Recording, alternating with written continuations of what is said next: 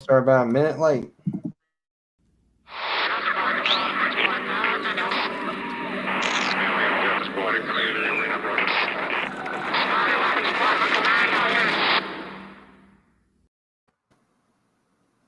Hello there. Welcome to the Force Collective. I'm gathered with an assortment of awesome people, some of my favorite people in the world. Hello, Chrono. How are you? Hello there, fine. Thank you. Commander Tano, how are you?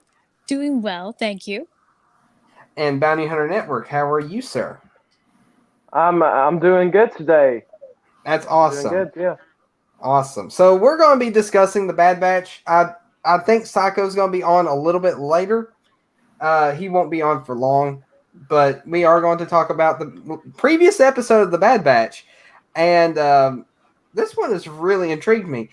But I regret to inform everybody that Sir AOA won't be on this time around, but he is with us in spirit, which is okay. Yes. Now I'm going to start the music back up. Okay, there we go. I feel like this will make everything a little more interesting. Okay, so, what is your thoughts on the newest Bad Batch episode, guys? I'll start with Chrono here, and just give me your thoughts on it. We won't go in depth just yet. Just tell me what you thought of the episode. I think it was really interesting to see Rylot's current state. We didn't get a lot of Bad Batch per se, but we got the state of that planet and that people, which they don't seem to ever catch a break. They're always at war. That is true. And it was cool to see Hera there. And I really liked the way they made it so Hera interacted with Omega. I like that too. That was pretty good. Yeah, I was satisfied with being shown that, and I actually want them to explore a little bit more of that part, if possible. Yeah, same. I love the world building that they went for. I'll talk more about this later. You got anything else to say before I move on? Because this is just okay. Yeah, okay. No, that's it. All right, Commander Tano, what was your thoughts on this episode? My thoughts were very much the same as Chrono's. I especially liked the interactions with Hera and Omega. I like that it just, and generally Hera's involvement, I felt that it felt organic, that it didn't feel forced, in other words. And this is probably something we'll talk about more later, but what I particularly liked, ironically, was, yes, this is the Bad Batch, but this episode didn't really seem to be about that. Like, they were there and they felt like they belonged in when they appeared. It wasn't like it felt forced. It felt right, like, to insert them there. But it also felt like the show it didn't feel obligated to give the main characters a certain amount of, kind of on stage time, if you will. But yeah, that's for a longer conversation. And what about you, Bounty Hunter Network? Tell me what you thought about the episode. Well, I say this about every Bad Batch episode I watch. I liked it a lot. They keep getting better, by the way. It's like we started off with a good first episode and then good, 2 through. Is it 11 we're at now? Goodness me, but as we're almost done. But I thought it was really good. But it was the thing I like, I think someone said it, I like the character building about this. It's like, it's getting, because after this is Rebels, and then everybody from Rebels is appearing. Rex comes, Hera explaining more and more about what kind of they're going off to do in a way. Or you know what I mean. They're bringing the characters from Rebels into it, which is interesting. But I think, honestly, that every episode of Bad Batch so far has been good. I like this episode a lot. Hera was great. I mean, Bad Batch just keeps impressing me each episode, so that's what I have to say. It was a good episode. Yeah. Well, so my thoughts, and as you can tell by the image, because when I put an image up like that's got of a specific moment in the episode, that usually tells what something about what I liked about the episode. And my favorite part, believe it or not, is Captain Hauser Ballast right there. He is very, very weird, in a good way. But I'll talk more about that later. But my thoughts was it was a great change of pace. It's something that wasn't just about the Bad Batch. I thought it was wonderful, and I think they need to do more of that. And which, in a way, that would be a little weird because the show is called The Bad Batch. But honestly, in a way, I wish they didn't call the show The Bad Batch. They should have maybe called it Star Wars Aftermath or something like that, because that would make a little more sense, and then they can go in a little more of a style of the Clone Wars, where they show a bunch of different parts of the galaxy, like what they did with this episode, instead of just focusing every single episode on the Bad Batch. But they could keep the same storyline. That would allow them a little more like room to world build. But then again, I'm not going to criticize too much because this show is awesome anyways. I just want to see more of this kind of thing, because this right here has really amazed me. I was not expecting this. I didn't use my prediction powers, as I say. So if I had, I would have spoiled the wonderful episode that is this one. So I think it was called A Deal with the Devil. Now, we're going to talk a little more in depth about this episode at this point. I just want to get our initial thoughts out of the way, and we can sort of, I guess, break down this episode, if you will. So, I'm going to go ahead and start with one thing. I cannot stand Tar. I think that's his name, or at least I think I'm saying it right. I could be wrong. Either way, the big fat blue one, that one, I hate him. So I used to like him. I used to like him a little bit. I mean, I understand that he's a politician and he's a bit of a spoiled brat in a way, but he wasn't evil. And then in this episode, he's just evil, and he's not dead. Contrary to what some believe, I think he's alive because he was moving on the little... Well, okay. I'm getting ahead of myself. I'm getting way ahead of myself. Let's start at the beginning.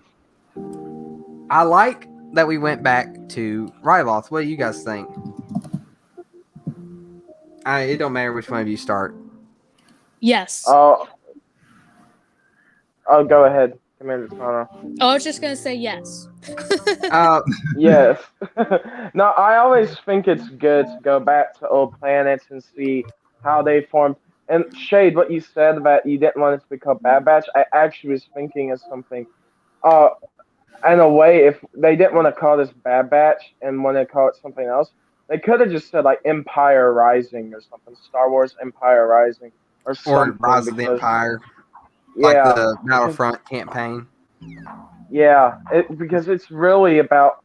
It feels like it's more about connecting things together with Rebels and also the future with like all the characters. So it's like it was really interesting. But that's off topic too. But yes, going back to Ryloth was a good thing. I think we should revisit more planets because it feels like once you're done with a planet in Star Wars, you usually never go back to it. So it's good to always see something come back. Sometimes. Well, a better question would be, and I'll go in order this time so we're not confused on who should speak, but a better question is, do you think we should have more episodes like this that doesn't focus strictly on the Bad Batch? And I'm sure we'll get more like this, but I wonder what you guys think. So, Chrono, what do you think? Yes or no? More like this, or? I think we will probably get more of this, but I think it's necessary because there are two main reasons. One is that it's important to see the rise of the Empire, and we're already invested in that because they gave us a lot of that in the beginning. So I guess a lot of people really want to see more about the way things change during the transition. And the other reason is because despite how much we like the characters and all, it's really hard to focus the entire show on the Bad Batch because every episode would be the same. It would always be them going on some mission and doing something, and I don't see a lot of room to make different things with them. Yeah, I agree. Also, welcome, Psycho. You're here. Or at least I think he's here. He's muted. He's here, but he's muted. Yeah. So, yeah, it does limit what they can do because the show is called The Bad Batch, so it's got to be mainly about them. But the thing is, if they go the Clone Wars route, the Clone Wars itself was mainly about, Anakin, Ahsoka, and Obi-Wan. They showed a lot more of them throughout the whole series than they did anybody else. So I was thinking if they had called it something else like Rise of the Empire or Aftermath or whatever, they could have done that and kept that storyline, but it would sort of be more spread out in a way, which also might not work for the storyline that they're going for because, it probably wouldn't work like that. They'd have to change it up a lot. I don't know. You either have to get rid of the current storyline and have a Clone Wars style type show, or you keep the storyline and have like very few episodes that are like this. I think the other problem with that is they would set expectations really high because it's not it's been great for us to gradually find they visit all of these different issues with the Empire Rising through the show, which is not about that, it's about them. But if they did it the other way and told us the show is going to be about the rise of the Empire, we would be expecting lots and lots of things, and they would probably have a hard time meeting those expectations. Yeah. The thing about this is, like, I'm a sucker for world building. I love seeing more of the world that they've created, and the thing about this show, it gives you a look at what the galaxy was like as soon as the Empire took hold, and the fact that it's centered around one group of people, which if they go around to a bunch of different places and stuff like that, that does make up for some of the world building that could be lacking. But you're focusing strictly on these heroes, so you don't get super in-depth about these worlds like we did in this episode as often. And that was something that the Clone Wars was able to do. You would get a lot more in-depth with the worlds, or go in-depth a little more with the worlds that have been created. And I don't know. That's just one thing for me. I love world building. You got anything else to say before I ask everybody else? I love world building too, and I really like to see more. But I think that they're doing this on purpose because it's easier to say the show is about the Bad Batch and sleep 2 or 3 episodes about something else in there without anyone raising an eyebrow than the other way around. I think that's why they're doing it. And I think they do have a lot more stories to tell that are not exactly related to the Bad Batch directly, but I think they will go for it because the show is popular enough, and we are, as fans, are really liking this content, so they know it works on us. Yeah. And one other thing that I doubt. Well, no, you know what? I'll say this later. I'll keep this in mind. I got a pin in it. We're going to go on to Commander Tano here, and what do you think about them going back to Ryloth? So yeah, I really like it. And in terms of whether I think they should do more episodes with that kind of structure, absolutely yes. I think in terms of whether they will, one thing actually, in fact, Shade, maybe you can tell us this with your predictive powers. Are they going to have additional seasons of the Bad Batch, or are we just getting this one?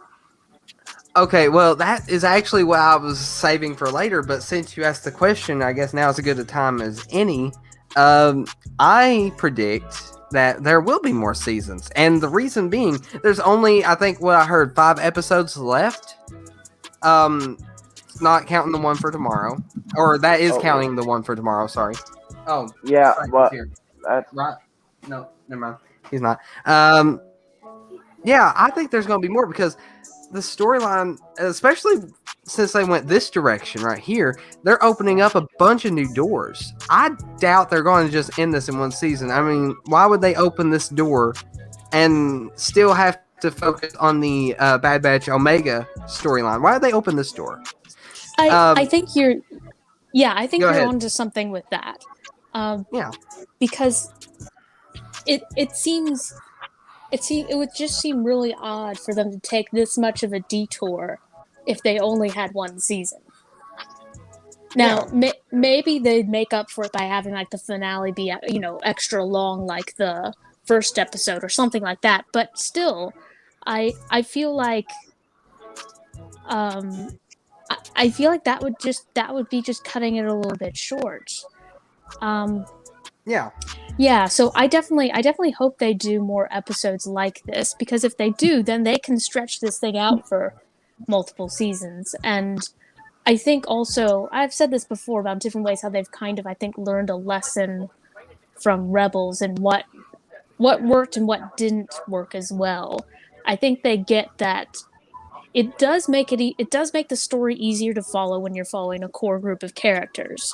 That being said, one issue I saw with Rebels, and that was kind of frustrating, even though there are things that I liked in it, was that it seemed like the show is so tied and beholden to its main cast that they'd have to come up with very contrived ways for those characters to interact with other legacy characters. You get what I mean? Like, it's like, instead of just having an episode about, having episodes about Ahsoka or about, maybe the formation of the Rebel Alliance or just different things in those points in history in the universe, they had to find a way to make sure that it ties to the main characters and insert them and have them hopping around in all these different situations. And so yeah, that just makes it more difficult if you're trying to tell stories that way. So I like this kind of balance where they didn't feel like they had to have the whole crew there. We didn't have to see them there for the whole episode. We got them, but it was no more than we needed to. Yeah. Now, one thing, because I know we're going this direction of them not being in it as much, I'm thinking that next episode they will be called in to help Cham Syndulla. That's what I'm thinking. Absolutely. Hey, wait. Yeah, that makes sense, because it does make sense that they would do that. It's not like they're trying to shoehorn them in there. That really does make sense. The episode is make called sense. Rescue on Ryloth, so yeah, it's going to be that. Yeah. So, I mean, that makes total sense, and it's not something that I would be totally against. And we'll get some more world building, I'm sure, anyways, because I love world building. I love knowing more about the galaxy. It feels nice to know that stuff. It was also just visually, it was a really pretty episode. Oh yeah. Like, there's this one scene, I need to find like screenshots, but just the clouds in this one shot. It was like, it was so, if you go back to like, an early season of the Clone Wars and like where they are now, it's amazing. Yeah, I seen an image comparing the old version of that city to the current version of this of the city that they were in, and there is so much detail added to that city. The other one looked like an old video game compared to like, I think that was what the meme was. It's like graphics. They look like this back then. That's showing the current Ryloth that we're seeing on here. You look at it now, and it looks just like a bunch of like a blocky mess or whatever, which. Technically, it wasn't a blocky mess, but you know what I mean. Yeah, I totally get it. Yeah, and the city did not look as full. Like, there was a lot of empty space behind that wall in the original Clone Wars version of that city. And then they filled out that city and added a lot to it with the Bad Batch, which I think is wonderful. I don't know if it's like a canon change to it, like the city grew or whatever, or if it's just an artistic change. But either way, it's a very welcome change. Oh yeah. And you got anything else to say about that, or want me to go on? Not about that.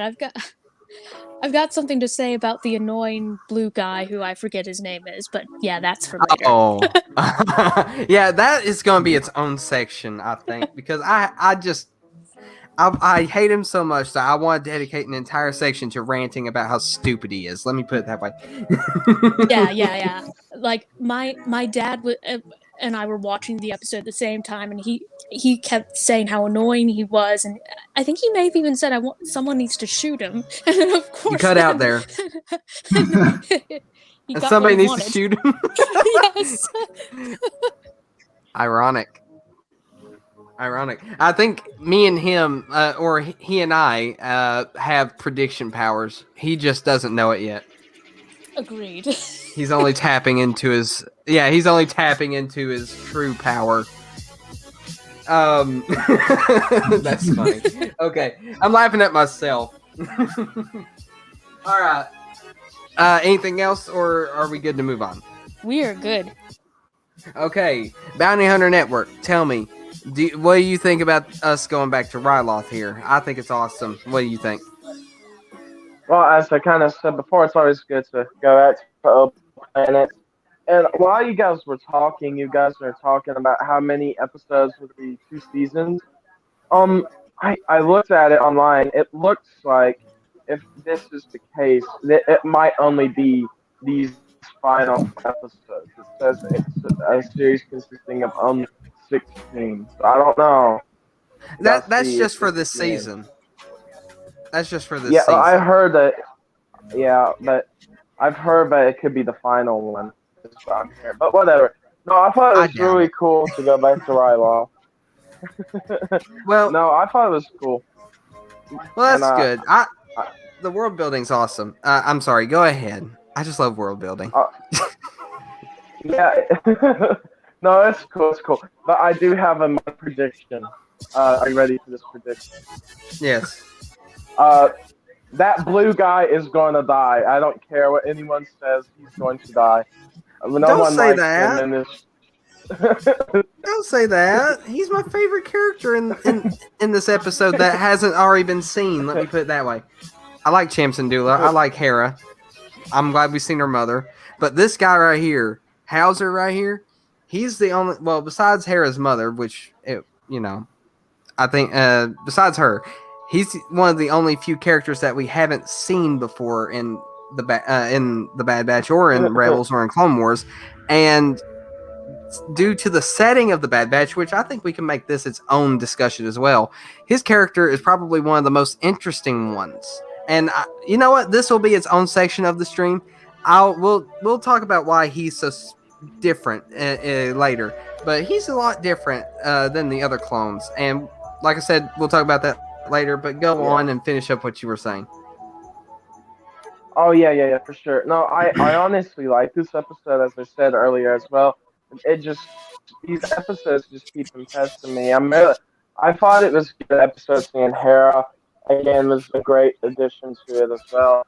And honestly, this episode kind of felt like Bounty Lost, which was 2 episodes ago. Just with Omega, Cad Bane, and Fennec. We didn't have the Bad Batch really in it. They were there, but they weren't fully there. Well, that's true. And it kind of, Bounty Lost was Omega, Bane, and Fennec. Yeah, so it kind of felt like that.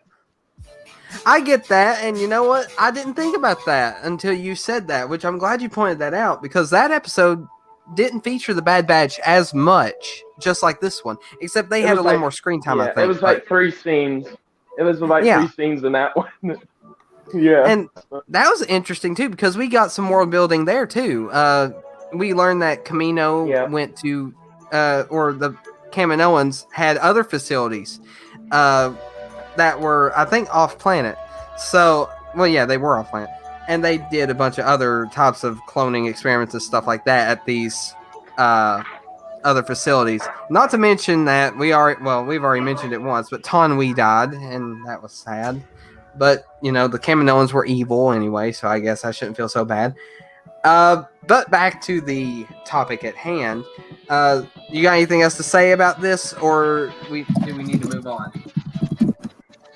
If Psycho's ready or whatever, we can move on to the next topic or whatever you want to do. That's all I want to say. I really like going back to Ryloth, and I thought the Hera being in it was good, and the episode was good in general. And and honestly, one thing real quick too is that this episode was good, but everyone was pointing it out online, like what Tana said too, like the graphics or whatever, the animation just looks so good.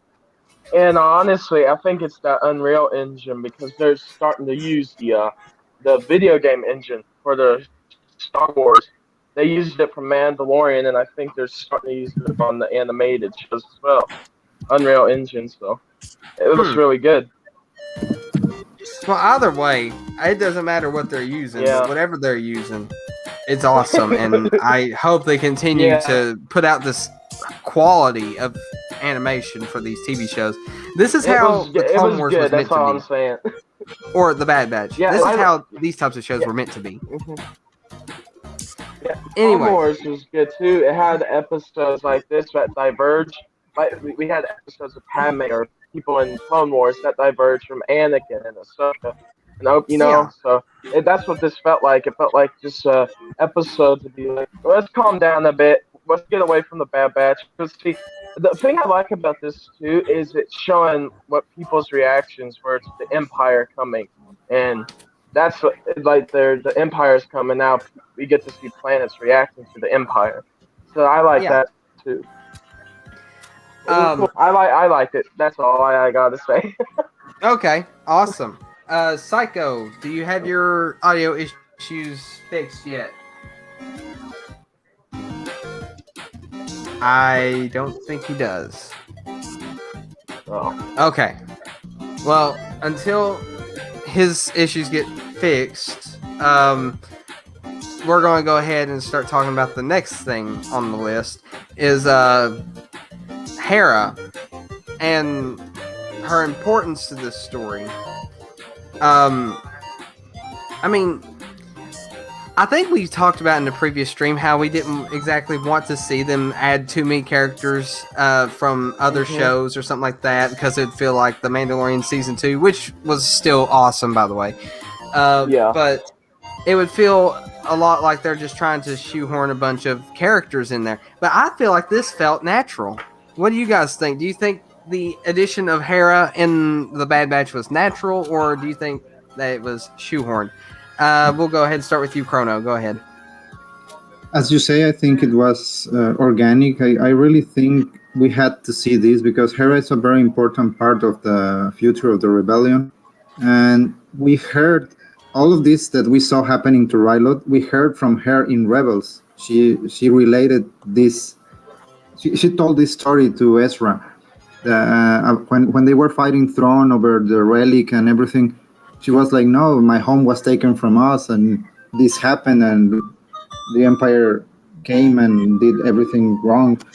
And yeah, I think we needed to see Hera having to struggle with all this because she was a kid. I mean, the reason she clicks so much with Kanan is precisely because they went through the same thing. Their whole world was torn apart in a minute. That's true. So yeah, I think it was a great decision to show us Hera as a kid going through this situation. Yeah. And I really like the as I said before the interaction with Omega because it's like two kids meeting for the first time, showing each other things, playing right now, and it felt really nice to see her like that because we only know General Hera Syndulla, who is a badass. We never saw her before as just a kid. Exactly. And I like how she describes her dream of being a pilot. Yeah, it's very inspiring the way she says it. You totally believe she wants to do that. Yeah, exactly. I like what they've done with her, and I think that's the same voice actor, right? Because it does sound like her. It's just the accent that throws it off a little bit, but not in a bad way. It's just hard to tell. But what do you think that's the same voice actor? I didn't check. I didn't check, but Yeah. I think it is. It is? Okay. I mean, I heard a little bit of the original voice in there, and that's why I was thinking it was. But that accent and how she sounds a lot younger sort of threw me off a little bit, so I was confused. But there's one little thing I wanted to point out. During this scene, or a little bit before this scene that you see on the screen right here, it gives it like, I think it pans down on the, I guess it's not exactly a palace, is it? I mean, where Cham lives, their place.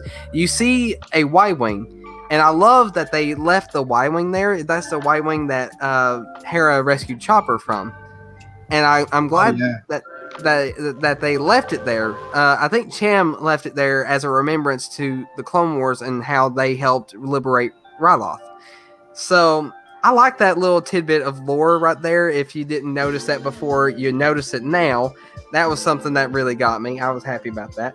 But you got anything else to say about this Chrono, or do you want me to move on? No, I think that's it. All right, Commander Tano, do you think Hera was organic or just shoehorned? Yeah, I definitely think it was organic. I liked the as I mentioned, I liked the interaction with her and Omega, and I also liked how, as with Omega, Hera's a kid, and I like how the show treats kids as kids. They're not omnipotent. They don't know everything. They make dumb decisions. They sometimes have poor judgment. So I like that they're sticking with that in how they're handling younger characters. There's no Mary suing. Yeah. That's true. Anything else on that? Yeah, I mean, like I said, the one thing I would have been nervous about going into this episode if I knew they were going to put Hera in is because, like, the Hera that you're used to in Rebels has her act together as the mom, and it's like I would have been worried that they would have tried to kind of make young Hera a Mary Sue, and go in that direction, but they didn't, which I like that. Yeah, same here. I mean, since their track record with the Bad Batch so far has been pretty good, my worries have been cut down, which is awesome. Yeah, It's great to not dread seeing something Star Wars related come out. You know what I mean? That's kind of nice. Yeah. It's they've clearly they've made it very explicit in some episodes that they've been listening to feedback, at least in that respect. Yeah, exactly. And I hope they continue on with this, like this style of writing and storytelling, all that stuff. Got anything else to say on that, or do you want me to move on? Nope. All right, Bounty Hunter Network, go ahead and tell me what you think.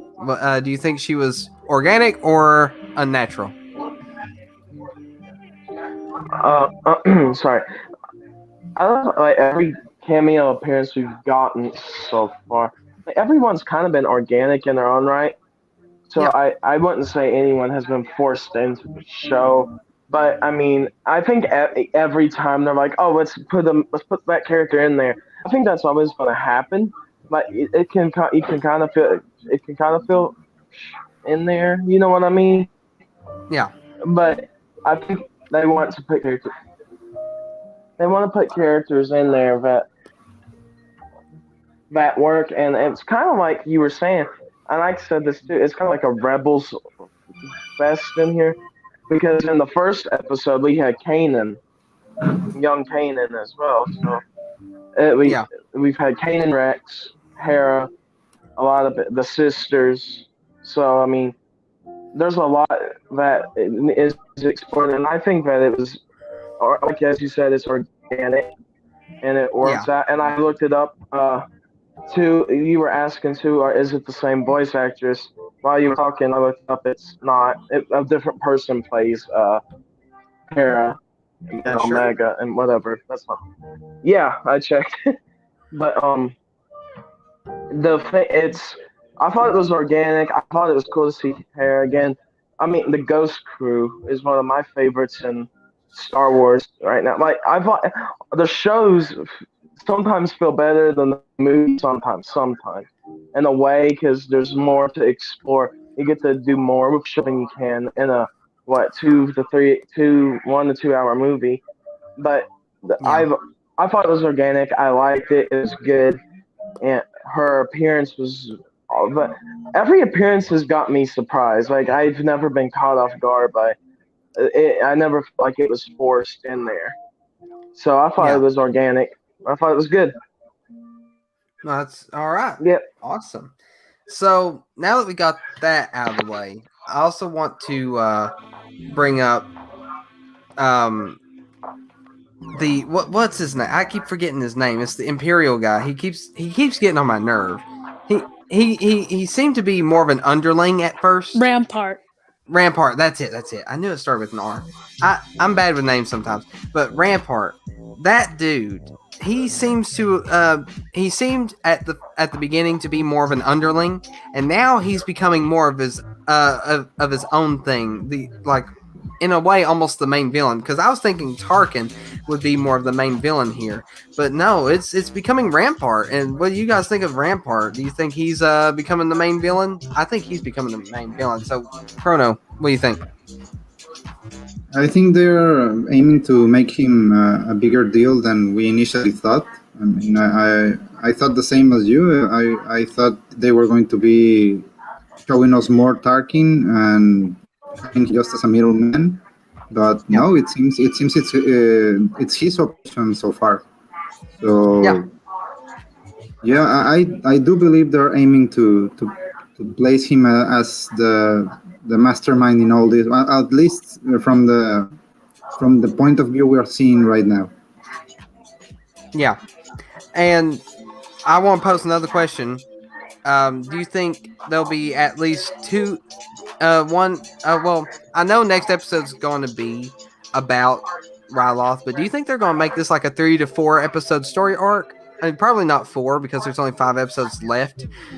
But do you think they're going to end up turning this into about like a 3 episode story arc, or do you think they're going to conclude the story within the next episode? You can go ahead and answer that while you're on here.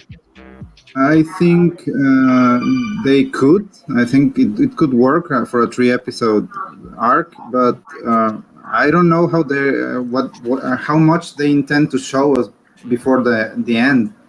So I don't know if it's in their best interest to use another episode in the same situation. Yeah, I think it's very likely that the next one will be the conclusion of this arc. Yeah, and they will move on to something else. Yeah, that's sort of what I'm thinking. I just feel like that if they were going to do something like this, I feel like it should have been more of like a 4 episode arc. Like, you know, let's say the Umbara arc in the Clone Wars or the Onderon arc in season 5 of the Clone Wars. Because those both of those were like 4 episodes long. Yeah, I sort of missed that too. Comparing this to Umbara, but I don't. I think it would be cool, but I don't think they have enough time to do it because they have to move on with the Bad Batch story. Yeah. And what I think is going to happen is they're either going to announce a season 2 at the end of this because it's not confirmed yet, or if they somehow choose to end the story with the Bad Batch here, they might probably end up making more shows that stream from this. That's true. I didn't think about that.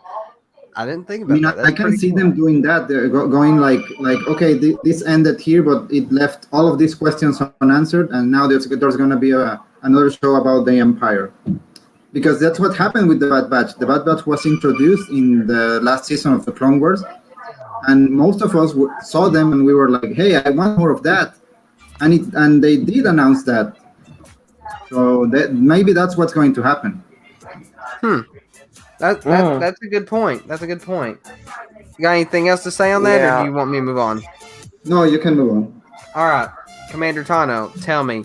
I want you to answer both of those questions. I almost forgot what the second one was, but Oh my gosh, I'm stupid I'm sometimes. trying to remember what the first one was. The first one was Rampart. Do you think he's becoming more of the yes. main villain here?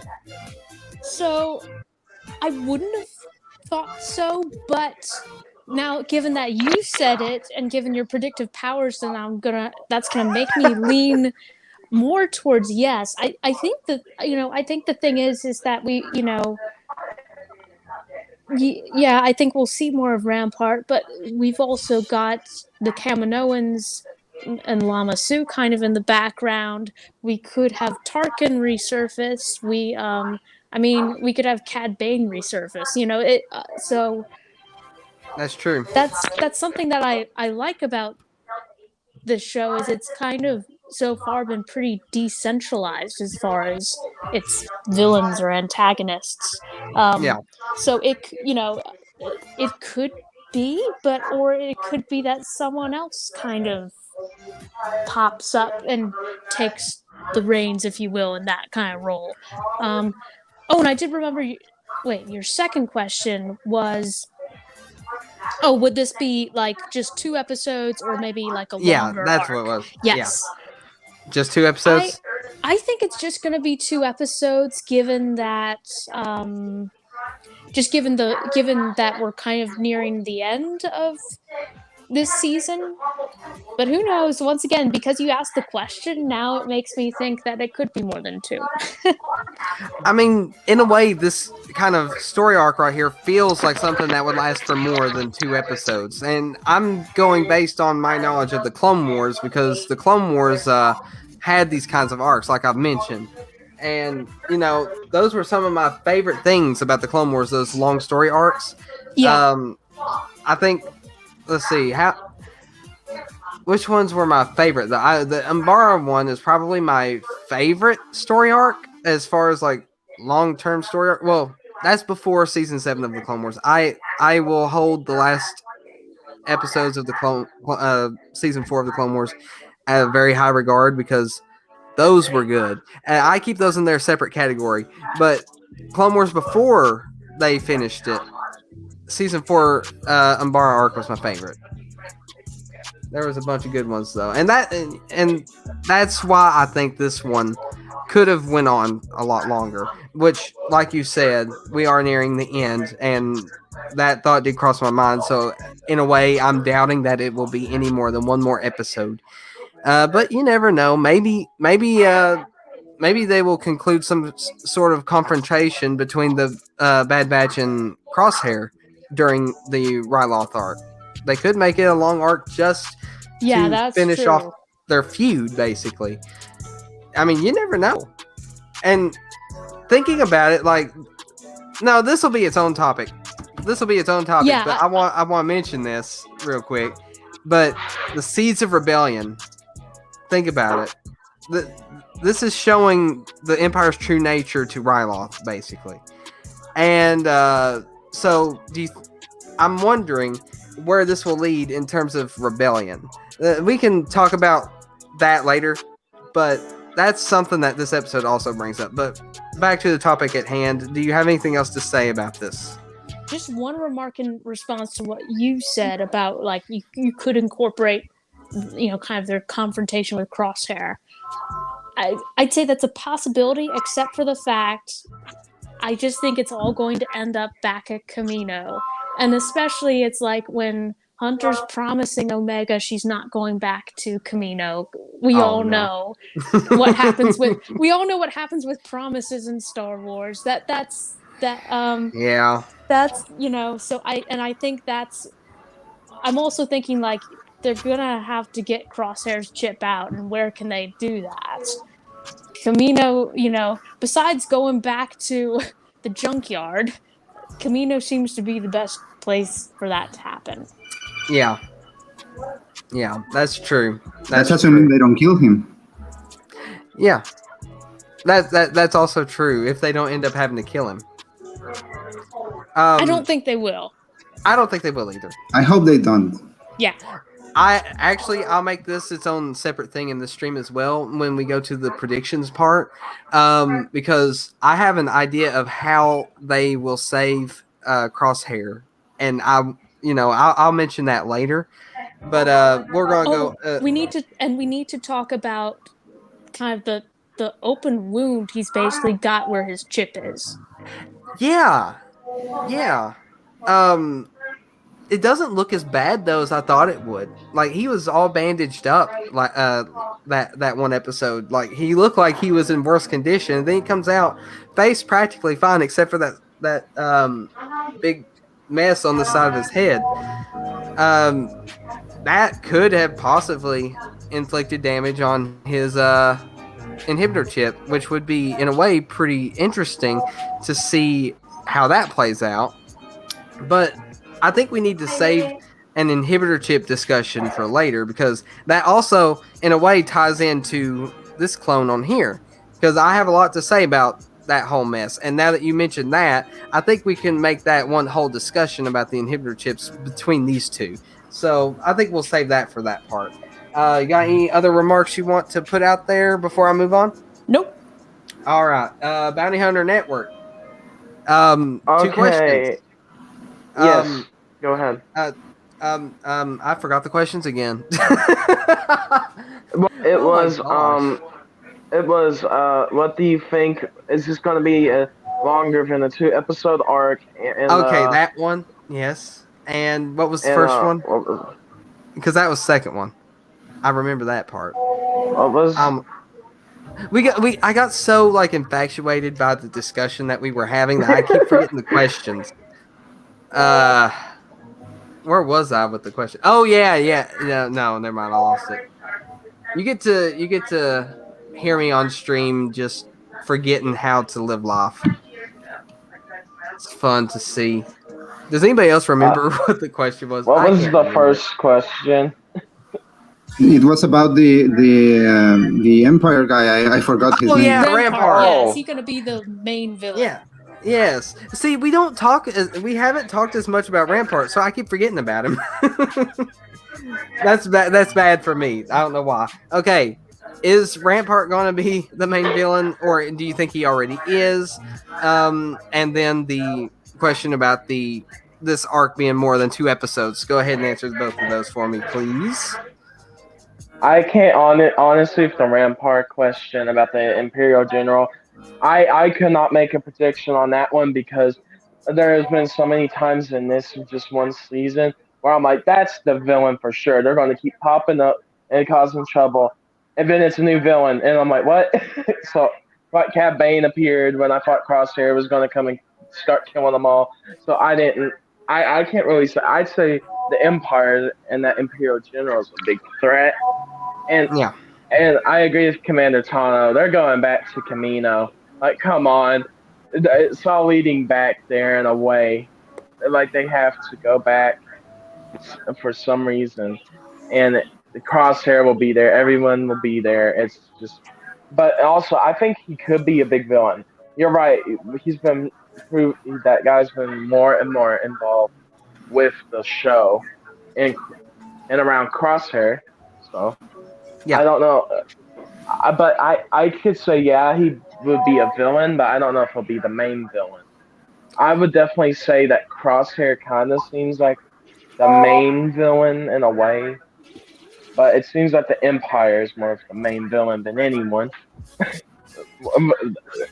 Well, I say that general, but that general is definitely, he ordered Crosshair to go find them. Yeah. So. Yeah, you're right.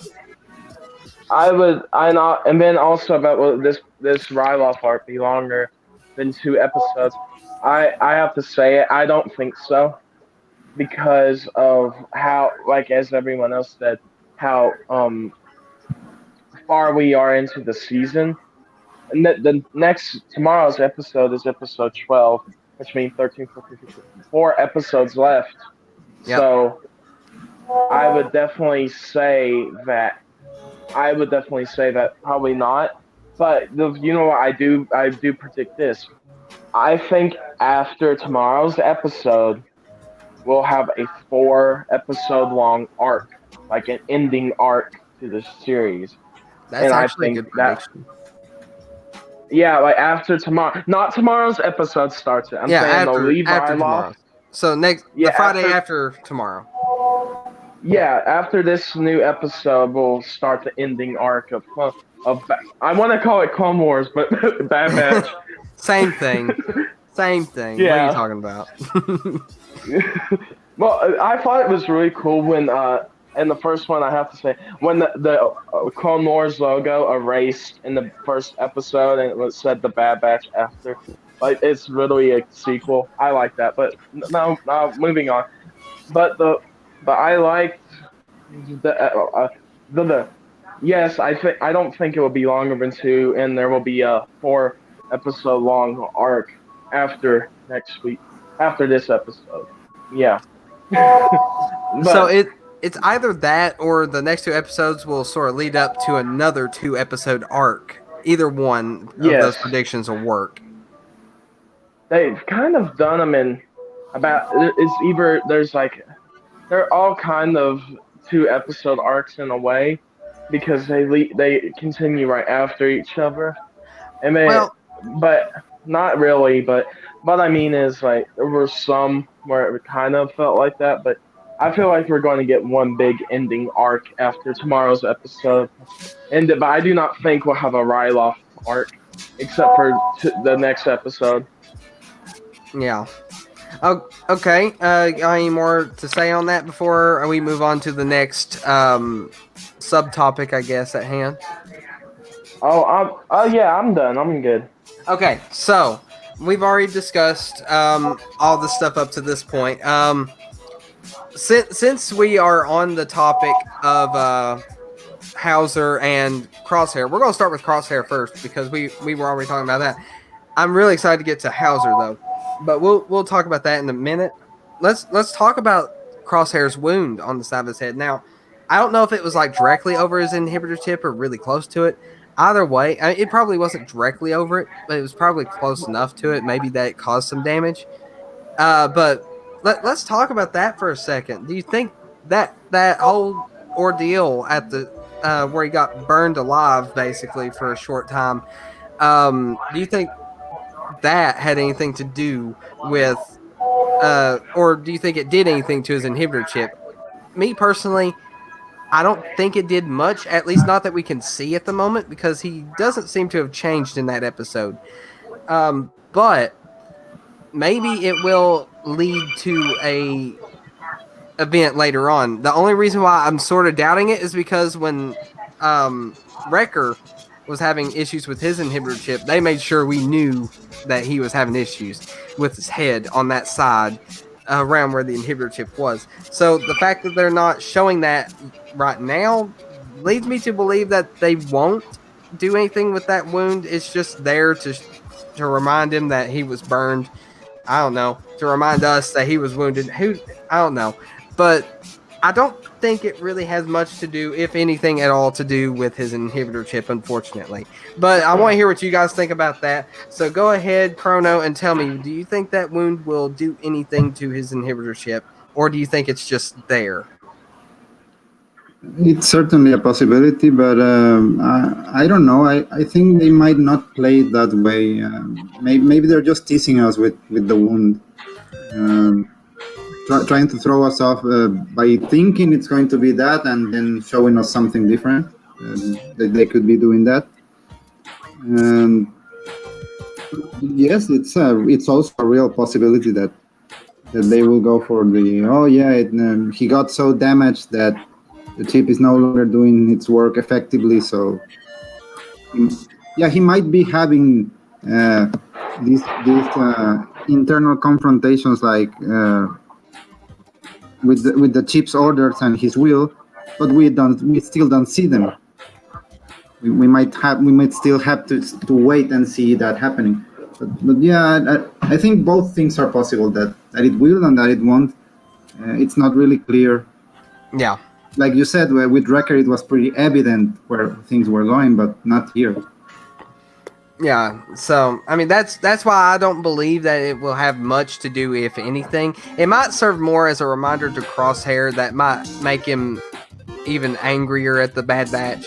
I don't know. It might be some motivating factor is what I'm trying to say that makes him want to go after them, at least until his inhibitor chip is taken out, if it gets taken out. Do you got anything else to say on that?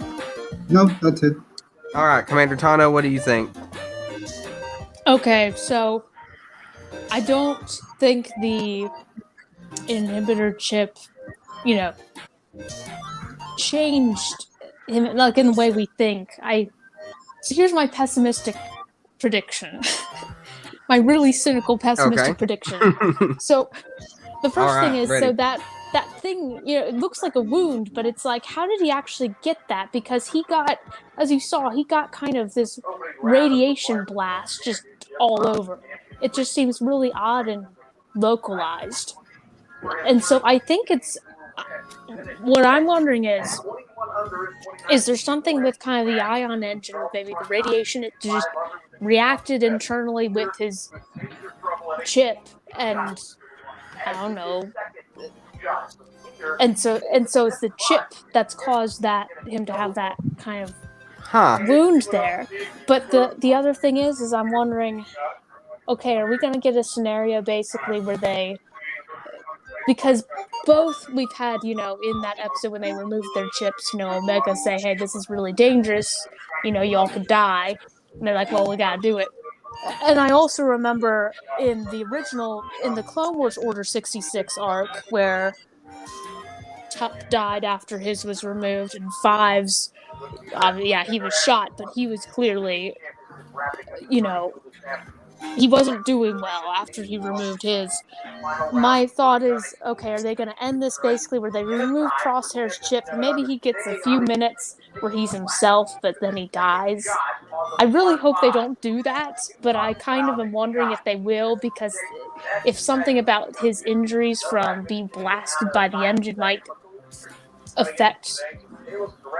make it, more risky for them to remove his, or because of the, kind of the operations that the Empire's been doing on his chip, that might make it such that he's at more risk if he removes it. So I'm kind of nervous we're going to end up with something like that, where they'll remove it, but it's going to be kind of a very short-lived victory for them.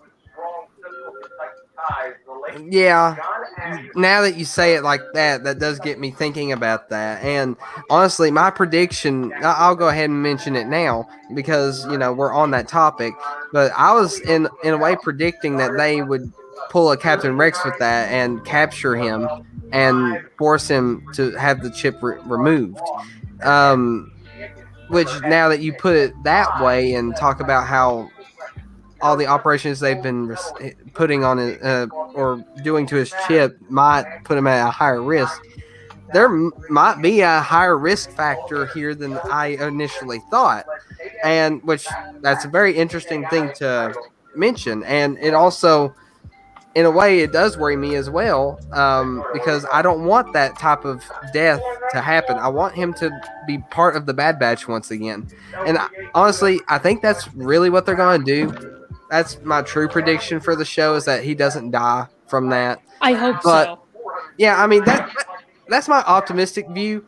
I don't want to believe that he's going to have the redemption death or this kind of death where he dies from being saved, but dies, I guess, in a way, sort of like Fives or Tup, Not talking about Fives' death because it was sad. I don't want to talk about that. Yeah. but No one wants to. Yeah, I know. We're talking about it though. Let's stop it. Don't make me cry. I'm going to cry. No, okay. So the fact that another thing that could happen is maybe those operations are temporary, because you've seen how many times they put him under those operations. Do you think that the inhibitor chip sort of loses effect, which also is a segue into the next topic, but do you think the inhibitor chips start losing that effect over time? And yes, I'll mention why that's relevant to the next topic. But if that is the case, then maybe near the end of the season, the inhibitor chip will just stop being so powerful, and maybe they're able to reason with him a little bit. And and then maybe they will get like this last or a split second moment of Crosshair being himself and saying "take it out." That's not going to happen, I don't believe, but it'll be. It's just giving you the idea that they end up getting it out of his head, and he's able to come back and fight the Empire with the Bad Batch, which I don't know how unlikely that is. I don't know how likely it is. Either way, it also segues into the next topic. I will mention that in just a minute. But if you have any more remarks, go ahead and tell me real quick. Nope. Nope. Okay. All right. Nick, Bounty Hunter Network, my man. What do you think? What do you think? I think about the inhibitor chip. Yeah, the inhibitor chip question. Well, they did turn Crosshair into Crosshair Fried Chicken in that episode, and then I'm sorry, I had to make that joke. They fried Crosshair up like some chicken, and then he's burned to a crisp. With his head got burnt, and you're right. And Tana was right about this too. If the chip is what we have predicted, most likely we don't know much. There's only a little bit we know about the chip. But if we're right about this, and if it's an electronic device, how did the EMP, that's what I'm going to call it, how did that electromagnetic charge not fry that chip up? That's my point. It would be... The reason why is because it's a biological chip. It's not got any electronics. We established that in the previous episode a while back, because that was also something we talked about, that it might have some sort of electronics in it, which now that you mentioned that, it would have been nice to have thought of that earlier about the EMPs, because that would have really been ineffective if you think about it, because the moment that an EMP goes off, or let's say one of those droid poppers they throw out, because those are like EMPs as well, that would have probably just fried the chips, and a lot of the clones would be like, oh, Order 66, what's that? Yeah. That was a good point you made. That's a good point you made. That would have been nice to know back when we were discussing that, so I wouldn't have made a big deal about the mechanics of an inhibitor chip. Thanks for being late, Bounty Hunter. But yeah, you're welcome. No, I'm joking. I think that Crosshair, in a way, it seems like he's not wanting to do things. Have you noticed that? He just looks at him he doesn't take a shot. He just stands there for like a minute before he goes. And then they try to reason with him. He's like, I have to follow orders. Like, he wants to stop himself. I think that the chip, like Commander Tano said, and you guys said, it probably does wear down after a while. But from what we've seen, Crosshair has full chip mode on. Like, he's up to the highest level it can go. So I don't know. I'd say that definitely that the scar means something. It's on his head. It's next to the chip. I think it means that he got into a scuffle. I don't know how it's gonna work. But I feel like Crosshair is somehow going to get his chip removed, or somehow, I don't know. I don't know, man. It feels like they're leading up to him. I know Star Wars Redemption deaths and everything and stuff, but I feel like Crosshair's. It's like he's going. I just have this prediction in my mind that he'll die. I have it in my head that Crosshair is going to die at the end of the season. It feels like the final episode he could die. So I don't know. But I feel like they'll get the chip out of him for sure, but then he'll die. I don't know. It feels like that's what they're leading up to, is maybe one of the members dying, and I don't want it to happen. But the thing but that's what I have to think. I think that the chip has somehow been affected in a way, even before the electronic fry blast that he got. I feel like he's already starting to snap out of some of it, because when he meets up to them, it looks like he's shaking sometimes because he doesn't want to shoot the gun, but he knows he has to because it's his orders. And even then, even if the chip got short-circuited and stopped working, I don't even think Crosshair would mind. Like, he's all about orders. He's all about following the order. So I think he'd kill him anyway, even if the chip was out. No. I doubt that because the Bad Batch never was a group that would follow orders that much. They established that in the Clone Wars. Yeah. They did their own thing, and that's why Hunter. I think he said it in the first episode, or I'll paraphrase. He basically asked him when he started caring about following orders. So that's not. I don't think that's a personality trait of his. I think that's just the chip doing that to him. True. I don't know. I feel like it will definitely get explained. I feel like there's more to that scene because they focused on that scene for a minute when he got fried up. So, I feel like it's important, but I don't think we're going to know how important until the final arc. I feel like it's important somehow. Yeah, they wouldn't. Sorry, but they wouldn't have focused on that shot of him getting burned so much if it wasn't important. In a way, I feel like. I agree with you. I feel like there is some significance to it, and since we mentioned it earlier, do you have any more remarks before I move on? Oh, I'm good. Okay. That's what I want to say about the chip. Okay. Well, since we're on the topic of the inhibitor chips, and since I really want to talk about Captain Ballast over here, or Hauser, whichever one you want to call him, we need to talk about the degradation of the chips. Like I was mentioning with Crosshair, the chip might be losing its effect, and maybe the more they operate on it, the quicker it loses its effect. I don't know if that's a mechanic that they are exploring in this or not. But the thing about the chip, I'll talk a little more about Crosshair and try to get my point across because this is a segue into what we're doing or talking about. They operate on him multiple times, 2 or 3 times, if I'm correct, at least that they've shown. If they end up going back to Camino, they might even show him again being operated on. Now, that might imply that there is some sort of degradation to the chips, that maybe they start losing their effect after so long. And that also leads us to Captain Ballast here.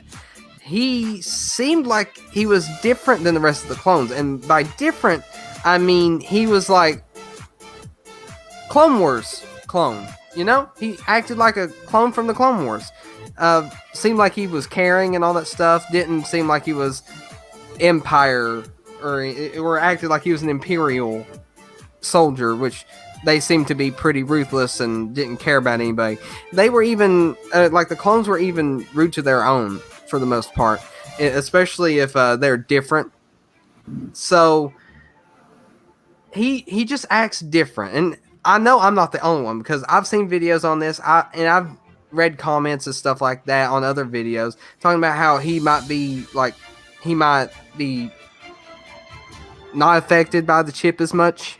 And that could be due to a decrease in the effectiveness of the chip in certain clones. And there's examples of his weirdness, I guess I can put it, in this episode, where like this particular scene that we got a screenshot of right here. He's like, most Imperials would be like, oh, this kid was spying on our stuff. We're going to just arrest them and throw away the key. But Captain Hauser here, he's like, look, I'm not going to report this, but it can't happen again, okay? And you know that's something weird to hear from an Imperial, because, like I said, most of them wouldn't think twice about imprisoning a child, much less somebody that they, or somebody like them, you know, because of course the people of Ryloth have always gotten the bad end of the stick, and they're about to get it again, as we can tell. But there's many examples, that being one of them. And then at the end of the episode, Captain Hauser, when spoiler alert for anybody that hasn't watched it, I know everybody here has, but for anybody that hasn't, spoiler alert, I should have said that at the beginning because we've talked a lot about this stuff. Yeah, you've already spoiled a lot of things. Yeah, it's we're done. It's too late. It's too late. I'm sorry I spoiled it for you, but too late. So at the end, I don't know if I'm pronouncing his name right, so I'm not going to say it, but blue fat dude, that dude On Fritar. on 3-tar. Is that? I didn't know if I I'll pronounced put it it in the chat so correctly. you can read. Yes, I'll look at it because I was afraid of pronouncing it wrong, and let's see. There we go. All right. On Frita. Okay. Oh, that's on Frita. Okay. See, I knew I was saying it wrong. I didn't want to say it because I knew I'd be saying it wrong the entire time. Okay. Ta. He like in the Clone Wars. I'll talk about him a little bit before I finish this up. No, I said that would be a separate topic. Forget that. Okay, so Cham Syndulla is about to kill him, or no? Was it before that or after? No, it was as he was getting ready to. I think he was getting ready to kill him, and then Hauser says, "Sir, think about what you're doing." Now, most clones would be like, "Drop your weapon or you're dead," and then this guy's trying to reason with him. This is odd because Imperials don't reason; they just shoot first, ask questions later because they can. So, I said all that to lead up to this. Do you think that Hauser will end up, let's say, not joining with the Bad Batch, but let's say the Bad Batch come to rescue Hera at the end of this in the next episode? Do you think that he will stop them from rescuing her, or do you think that he'll be like letting her go, or maybe even, let's say, sacrifice himself to let them go? Maybe he realizes that they're wrong. He seems like he sees that things are wrong. But basically, what I'm asking is, give me your opinion on what Hauser is in this episode, or not even just this episode, but in the next episode as well. Do you think he's a weird clone?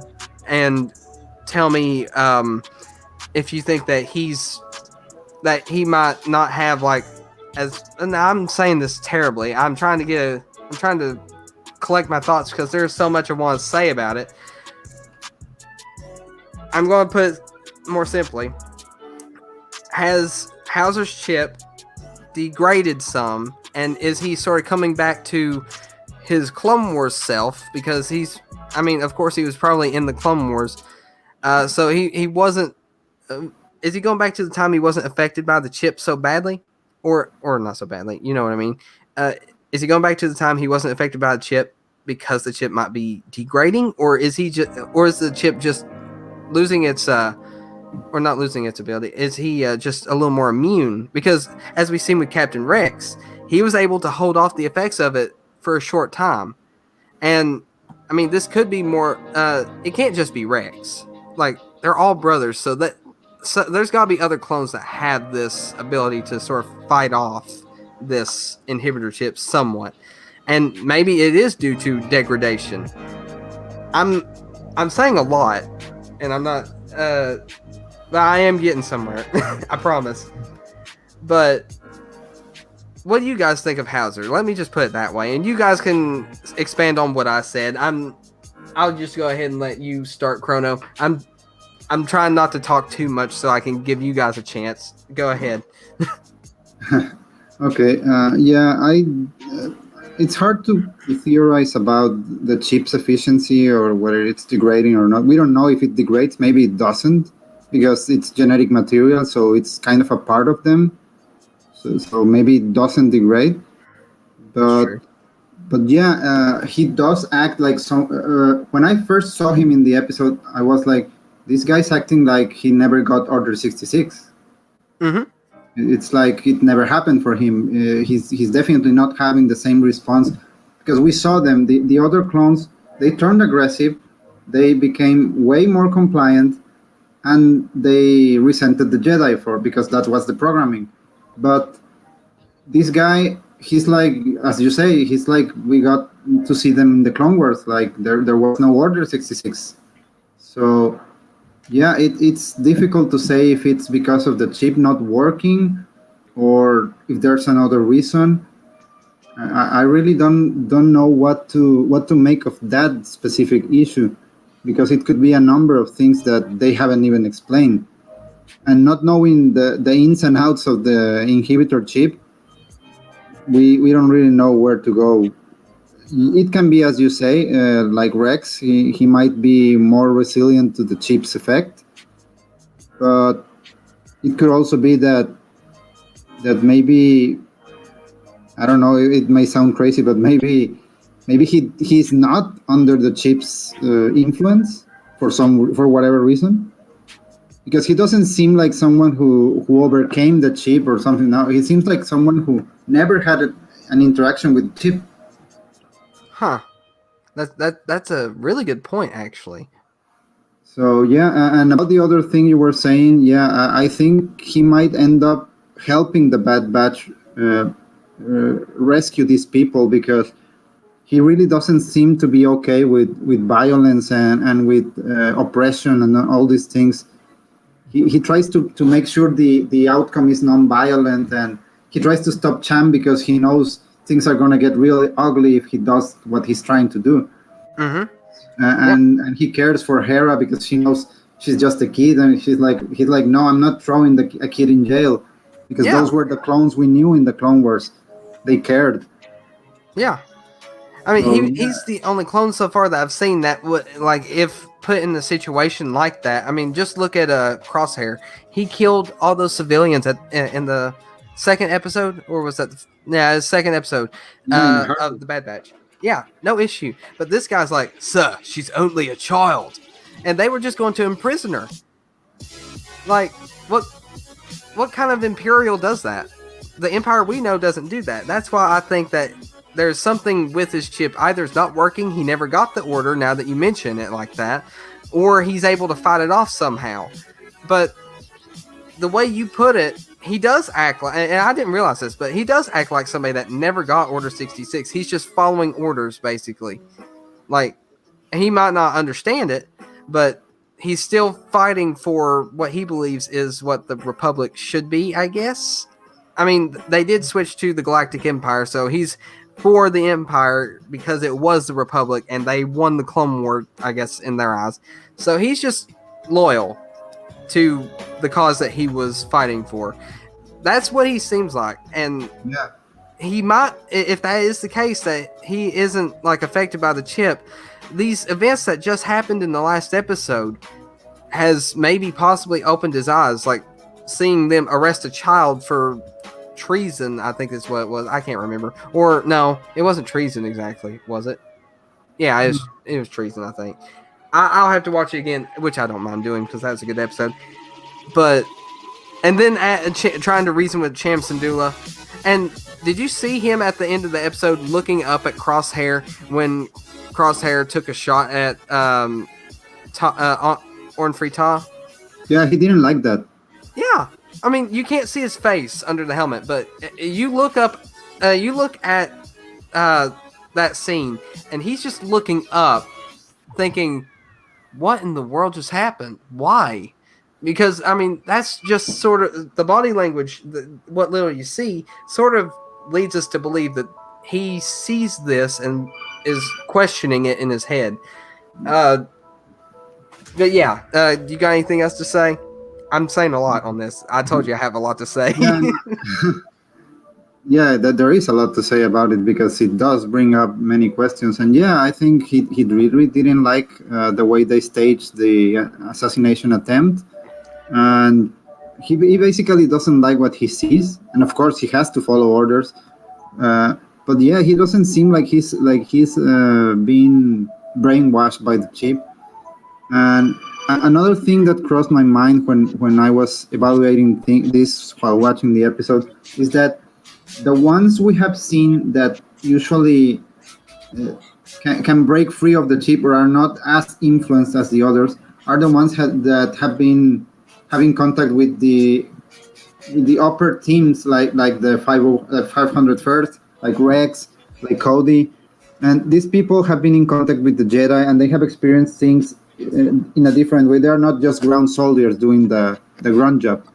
So they have been able to grow, and Master Yoda says it in the first episode of the Clone Wars, that despite being clones, they are not just a bunch of replicas of each other. There are more.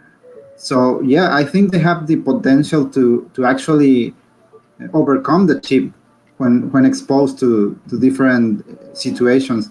and some of them really grew. I mean, Rex has to be the most experienced clone ever. He's been in all the major battles. Yep. So when we see him with Ahsoka trying not to kill her, it makes sense that he's so self-aware. Yep. Exactly. So I think Hauser might be one of those examples that they can just resist whatever the chip does to them because they are a little bit above their brothers. Yeah. I agree. You got anything else to say on that, or is that all you got? No, that might be it. All right. I don't know where Bounty Hunter Network went, but we're going to go on to Commander Tano here. So tell me what you think about all that, Commander Tano, because I know I said a lot about it. So there's probably a lot to unpack on this. So go ahead and tell me what you think. Okay, where to begin? Number one, of course, Hauser's going to be the good guy. He's going to help Hera out. He's going to help the Bad Batch out. That's what I think. That it seems like that's what they're setting up. The other interesting thing is I don't think like how he's behaving. I don't think it's because he's resisting the chip. I do think there's another reason for it. The main reason that I don't think it's because he's kind of through willpower resisting it is, at least in my mind, I think that's part of what made Rex special, was that he was able to, for a few seconds, basically tell Ahsoka what she needed to know to figure it out with the chips. And I don't see them coming up with another clone who could out Rex, if that makes sense. No, it does. And I think that's what I like about that arc in season 7, and I liked that and it's not explained really. It's kind of like you can attribute it to Rex as being Anakin's clone commander and having more of an independent streak or whatever, but it's kind of that little, like, just kind of that it's just, you could just attribute to the Force, magic, whatever, that he's able to kind of break the spell of the chip, whereas everyone else really isn't. Cody, when he gets Order 66, he's like, okay. Yeah. So I don't think that they're going to come up with a clone that can out Rex. So, but I do think that we've seen plenty of different categories of chip functionality. You can either have situations where the chip works and that it just degrades over time, and it seems like that might be the case with Crosshair if they keep having to essentially like refuel his chip, as it were. But I don't think enough time has necessarily passed yet for that to happen to clones en masse. On the other hand, I think there are plenty of situations where the chip just doesn't work. Like either just it wasn't put in properly and isn't functional.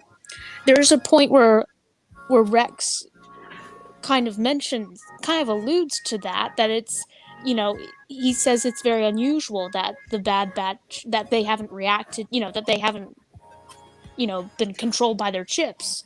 Yeah. And that's rare among clones. It suggests that he's aware of some other clones for whom the chip didn't work. Yeah. And it could be that it just didn't work then and it might work later, like it, did with Wrecker. But I think Hauser's just one of those situations. He's just kind of that rare, regular clone where the chip maybe they just didn't put it in his head right, and it's just not working. And so he's kind of the one normal guy in the middle, kind of in the whole group. Whereas everyone's been following Order 66, so that's what I think. It's as simple as that, is that his chip just didn't work, and he's just one of those rare cases, and obviously they're going to try and probably help him remove it somehow at some point. But yeah, I think that's what it boils down to. It could be that it's worn off. I just I think it would help to know like how much time has passed and whether I guess it is theoretically possible because if you think about it, like with Wrecker's chip, we saw kind of the inverse, where for a while, where Wrecker is fine, and then just like snap, like all of a sudden he gets into this fit where the chip starts working. Yeah. So who knows how the timing of all that works? We will probably learn more. Another thing to bring up about this, because I think it was Star Wars Theory that brought this up, because I watched his video on this pretty recently, and that's sort of also what got me even more intrigued into this.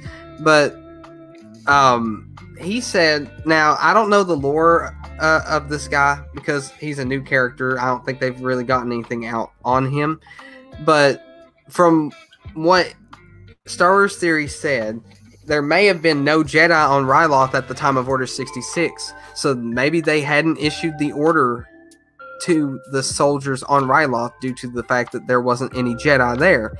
Now, however unlikely that may be, because you'd want all your soldiers to hate the Jedi, maybe they just didn't get the order. And another reason why I think that the troops behind him aren't exactly part of his legion is because they don't share the colors. They might just be Imperial troops that were brought there due to the refinery. But him being put in command of these troops and thinking that, because he is like, I guess, a captain, I think that is his actual rank of his legion, or in his legion, that his legion may not have gotten the order to kill Jedi. So you never know. They might not have just turned on his chip yet.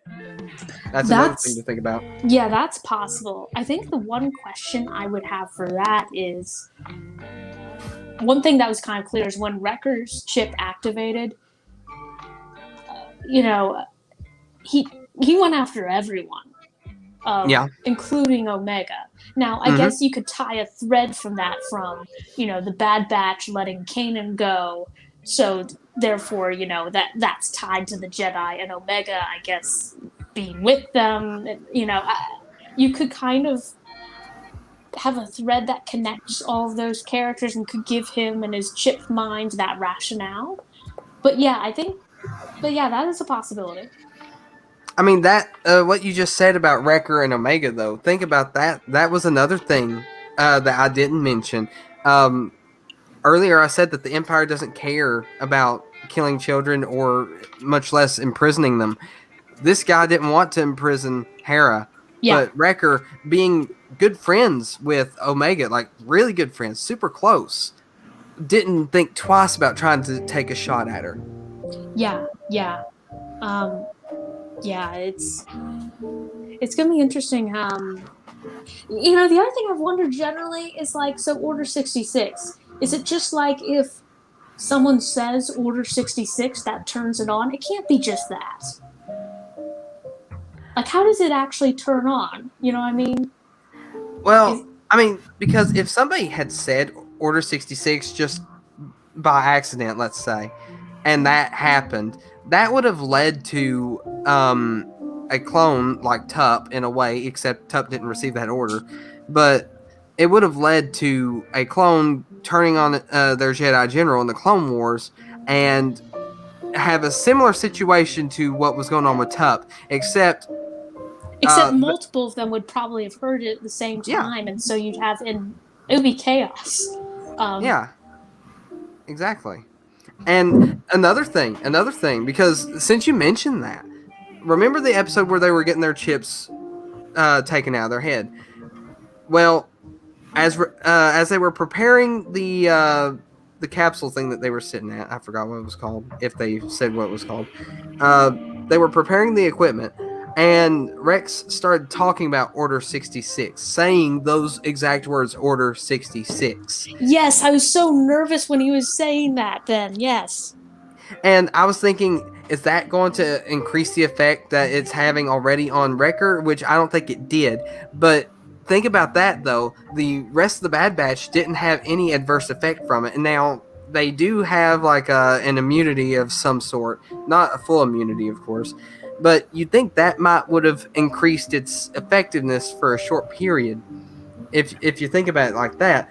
And he said that to clones that had the inhibitor chip. Do you think he would have been afraid to say that around clones with inhibitor chips? I mean, due to the fact that he knew they had them and he was about to get his weapon out and fire in Sid's bar, like, you think he'd be too scared to even say the words Order 66. So you might be right. There might be more to it than that. Yeah. I've just always wondered that. But it also, going back to your thing about, like, maybe they didn't get Order 66 on Ryloth. Like, I think they did, because even if there weren't Jedi there, I just feel like it would be, like, I feel like Palpatine would want to Order 66 every planet Yeah. just to cover his bases. And I think also Order 66, like, you know, when we just had the movies, I would have thought, yeah, Order 66, it's Jedi specific. It's just directed toward the Jedi.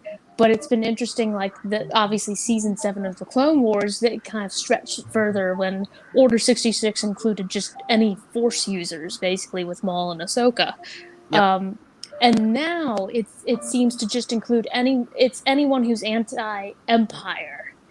It seems it works in that sense, and it just completely alters the clones' personalities. Yeah. I think that the inhibitor chips take away free will. And that also leads into what I'm about to say about his inhibitor chip on here. Now, when Rex had his inhibitor chip taken out, he knew what he had done. He said, "I almost killed you." And he sounded like he regretted that.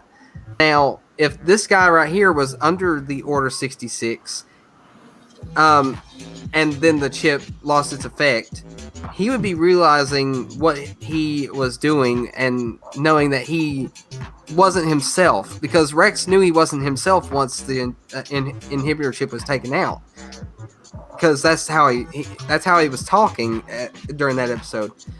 And if that is the case, then this guy would be probably doing the same thing. He'd be like, he'd be thinking about what was going on with me. Why was I all of a sudden feeling like I needed to hate Jedi, or why was something trying to take over my mind? I don't know. They don't exactly go too far into the effect it has on a clone exactly, except for what we've seen with Rex and Wrecker. But you'd think that he would mention something or feel so. Oh my gosh, I turned that off by accident. You'd think that he would say something about it, and he didn't. So, oh wait, that's weird. Why is it doing that? Okay. But go ahead if you need to say anything about that real quick while I fix this. Yeah, I can't think of anything to say. I think you put it very well. Oh, I get it. Oh, okay. I know what's going on. You know what's going on? I think I do. That's good. I don't know why it's doing that, but let me fix this. Okay, so let me see. I want to check that too. Oh wait, why am I doing this? That's private chat. It's not supposed to be seen on screen. How dare I? Okay. All right. All right, here we go. Wait, I need to put it on full screen. All right. There we go. Okay. So, I think we've really talked about this one in depth. I told you there was a lot to talk about with this one. And that's how... there's one more thing I want to talk about, and that's his hair. I mean, look at that hair. That's some nice hair right there. Like, that's probably the best hair on any clone I've ever seen. Like, I just want to admire the look of that hair, because it's just beautiful. Okay, I've talked enough about Howitzer. This is where Sir AOI comes in with an ad for shampoo or something. Yeah, I know. Where is he? We need him right now. Yeah, you know what? I'll mention this to him, and we'll possibly have a sponsor later for shampoo. Now that we've mentioned it, that's gonna be fun. Why isn't he here? Dang it! No, I know why he's not here. Well, the next episode will have Hauser too, so that there's That's true. That's Further true. marketing opportunities. Yeah, that's true. That's true. I'll make sure that I get with my marketing team and see what happens with that.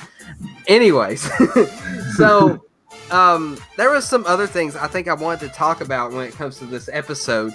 I'm trying to remember what all it was. We spent so long on this that I've almost forgotten what we were talking about after this. But since we also need to talk about, I guess, what was it? The seeds of rebellion that are being planted in this episode, and maybe this will have a bigger effect on a rebellion as a like the main rebellion later on as a whole. I don't know, but do you think that this right here will start spreading to other planets, basically? And I'm talking about the word of the insurrection that is bound to happen on Ryloth with Chamsandula and the Bad Batch and all them. Do you think that will spread to other planets, and do you think that will sort of start causing a little bit of worry for the Empire? And which I'm starting to think, after I say it like that, since the Empire, or since Rebels takes place 15 years after Star Wars Episode 3, and it seems like some places aren't affected as bad by the Empire, and some people celebrate the Empire, this might not happen. But I was thinking that, and I think it said it in the little description of the episode, that the seeds of rebellion have been sown or something like that. It says something about the seeds of rebellion. So I'm thinking that there's going to be some sort of rebellion on Ryloth in this next episode. If it is going to be a 2-episode arc, it will have to sort of show a quick build up to it. But what do you think about a rebellion, or just the seeds of rebellion in general? I'll start with you, Chrono. Go ahead. Hey, first of all, I'm getting the vibe here that since you might not get the Clone Rebellion, you're selling for a Ryloth Rebellion. No, the Clone Rebellion will happen. I promise. It will happen. Okay, yeah, I would like it to happen, but I don't know. With 5 episodes next, I don't know if it will. That's implying that there's more than one season. I doubt that's going to happen this season, especially since we only have 5 episodes left. But I'm implying later, like maybe season 2, or if there is a season 3, because I personally believe there's going to be a season 2 of the Bad Batch. Because I don't know how they're going to end the entire story of the Bad Batch within just 5 episodes. Yeah, I don't think... could surprise me, but yeah. But go ahead and say what you need to say. Yeah, I do think that we will see a bit of, like you said, the beginning of a rebellion within Ryloth. But I don't think the plan is to show us much of the rebellion in terms of other planets or other systems, because Rebels actually established that the rebellion was pretty much what's the word, spread across the galaxy, and they really didn't come together. Most of the cells worked independently until they kind of brought them together in that big battle. But and right now the only one who's actually been a problem for the Empire is Saw Gerrera and his faction. Yep. So yeah, we might not see a lot about rebellion. Maybe some of it in Ryloth for these episodes, and yeah, we have to, because we know Hera is kind of the one responsible for the whole rebellion thing on the cell they work for. Yeah. So yeah, we might see a little bit of that, or at least the motivation, because I'm pretty sure when the rescue happens and all that stuff, we're gonna see her like realizing that this is wrong and she has to do something about it. Yeah, I agree. Now, I don't know if they're going to go as far as to show her mom getting killed, because it happened during the rebellion. So I forgot about that's true. probably gonna happen. Oh no, that is gonna happen next episode. Oh no. I see that happening next episode. It could. Using my, I'm like semi using my prediction powers, semi using them. I don't want to tap into my power too much. It might lose effectiveness. It might degrade like a chip. Yes. There might be some degradation to it, so I got to be sparing with my awesome power of prediction. But if you have any other remarks, go ahead. No, I think that's it. I think that we might see something like that. I mean, it would be cruel, but at the same time effective and cool in some way to see that moment when her mom dies and it sets her up. Yeah. But on the other hand, it would be really sad. That's true. That is true. But if that's all you got to say, we'll go ahead and move on to Commander Tano. Yeah, that's it. Okay. What do you think, Commander Tano? Tell me. So about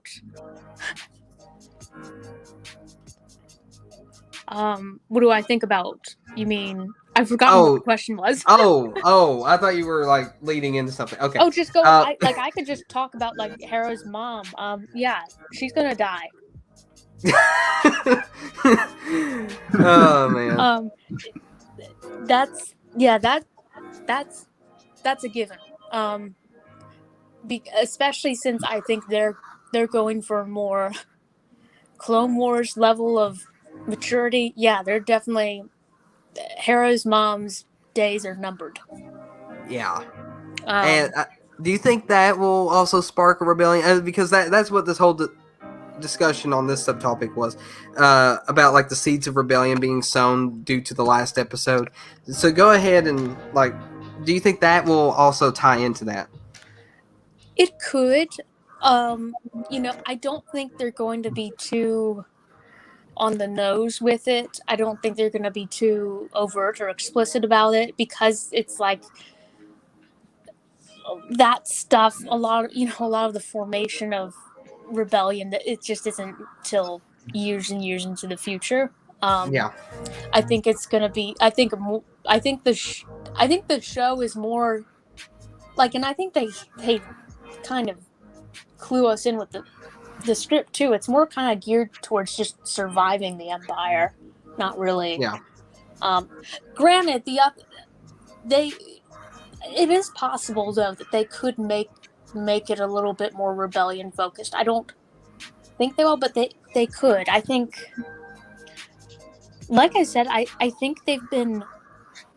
One thing that I think would be interesting is if they keep doing this show or shows like this. It will be interesting if they get closer and closer to Rebels content, and like I said with the first episode, making just slight tweaks. Either just kind of more in tone or theme or to storylines of characters. Yeah. I think with both The Mandalorian and with this, Filoni and Favreau have been kind of seeing how far they can kind of push it with just making little slight revisions, and seeing how people tolerate it. And so far, apart from a few kind of just, people who will never be made happy, Yeah. I think people have been welcoming those tweaks or just haven't noticed them. The responses have either been just neutral or positive. Yeah. So it would be really cool if it'd be interesting in the future if you could get some show set in the Rebels era, but more of allowed to have more of Clone Wars style maturity and animation style. Yeah, well, and the interesting thing is, I will say in all fairness, Rebels had only 4 seasons, and there was at least in terms of maturity. It was an interesting jump, like seeing episodes in the first season versus, and I would say spoiler alert, but it doesn't matter. We've been spoiling all kinds of things at this point. But going to season 4, like the episodes, like when Kanan dies and all that, like that was a bad that was a bad death to watch. Like I didn't like that. Yeah. But I was like surprised that they would show that, like burning a character basically on screen. Things went really dark when Thrawn appeared. It went downhill in terms of darkness. Yeah. So it'll be interesting. And that was a big tangent, but yeah, I think I don't think they're gonna make it too much about rebellion stuff, but they could, especially if I think people do have this desire to see more, kind of Rebels era content, but with Clone Wars maturity. So maybe you could see something leading into that. I honestly want that as well. I mean, just like I know you said that it sort of took away some of the darkness when Thrawn was added in. I liked Thrawn. I thought that was pretty cool. Yeah, we all did. But I want to see him be introduced in the Bad Batch. Like if there's a season 2, or maybe at the end of season 1. That would be cool. That would be really cool. And then the next season will be focused on Thrawn, sort of, in a way. They need to build up Thrawn a little bit. I mean, you got to think, all he's had is Rebels. And this also segues into the next topic, because I was going to mention Thrawn. But I'll let you finish what you were going to say first after I say this. But they're teasing Thrawn for the Ahsoka show. And I feel like we need to get a little more on Thrawn before we see that. And I'm thinking that the Bad Batch would actually be a perfect opportunity, because I mean, I don't know if they have like a confirmed date, or not a confirmed date exactly, but like an estimated time when the Ahsoka show will be out. But I want to say that it'll be about another year or two before it comes out. And I'm thinking that maybe they should do something with Thrawn before that. Now, I'll let you go ahead and finish what you were going to say, or what you were saying about the previous question that we were on. But that is going to be the next topic, Thrawn. And then we got one more after that, and we'll end the stream. But go ahead and finish what you're going to say. I honestly don't know what else I was going to say, but yeah, let's move on to Thrawn. I like stories with Imperial officer infighting, so I hope that we get more Thrawn somehow. Yes.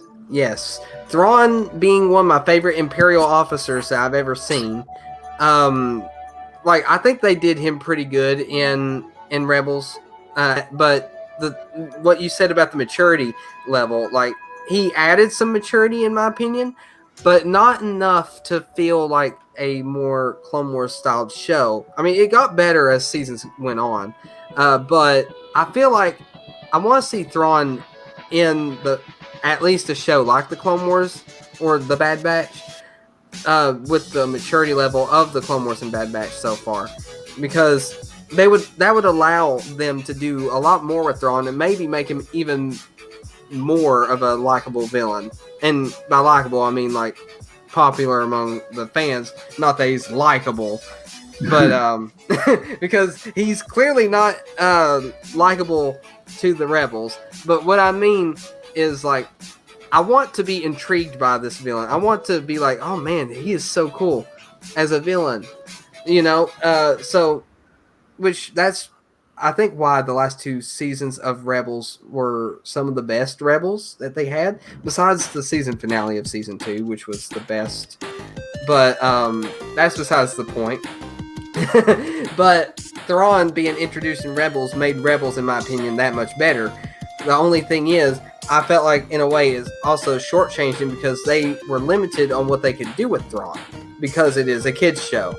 And if they add him into the Bad Batch, or if this doesn't go on for another season, if they somehow can complete the story within the next 5 episodes, which I don't see how, they will either have to have him in, like, let's say season 2 or 3 of the Bad Batch, if they even go to a season 3, but or they introduce him in a separate show that's related but not exactly the same as the Bad Batch or the Clone Wars. Like you said, maybe closer to the Rebels era. But I feel like they need to introduce him in a show like this to also add maybe a little bit to the Ahsoka show that's coming out. Maybe have a slight interaction or something between Ahsoka and Thrawn at some point in a later show. So maybe give them a little bit of a history. You never know. But either way, I mean, that's just my thoughts on it. I'll let you guys go ahead and voice your thoughts, starting with Chrono. Go ahead, buddy. Yeah, I agree. I think Thrawn would be a perfect addition to this show or to another show if they decide to go a different way. But the problem would be that I don't think we would get the kind of maturity you expect because it's always going to be still a kids show and they are always going to be pulling punches. So yeah, I think it will work if they put him in the show. It will work and we will all like it. But I don't think they will go any darker than they did in Rebels, because by the time Rebels was about to end, they were already sanitizing a lot of stuff elsewhere. So in the current climate that entertainment's going through, I really don't think they would go too far with him, which is a shame because Thrawn is precisely known because of how evil he is, and it's hard to represent that when you have to take so much consideration on what you can and can't show. I mean, it's like trying to turn Deadpool into a kid's superhero character. Yeah. Yeah, I mean, that's the perfect example, and we are going to see that happen. Yeah. Hopefully not. You got anything else to say on that? No, I think that's it. Okay, what about you, Commander Tano? What do you think about it? Yeah, like I said, I hope they incorporate Thrawn in some form. And I think it's like you said, I liked what we got from him in Rebels. I also recognize that they kind of had some limits on what they could allow Thrawn to do. Although he did have some good, like, ruthless moments in Rebels, like when he, when they're like all sabotaging, speeder bikes and things in this factory. He basically makes one of the characters just sit on the bike and test it and explodes in front of them all. There's things like that, but I think it would be so interesting to see a Clone Wars style Thrawn, and what they'd be allowed to do with that character. Yeah. I also think at the same time, like, Thrawn, what makes Thrawn interesting is that he's ruthless, but it's a different kind of ruthlessness than Tarkin. Like, Thrawn is not,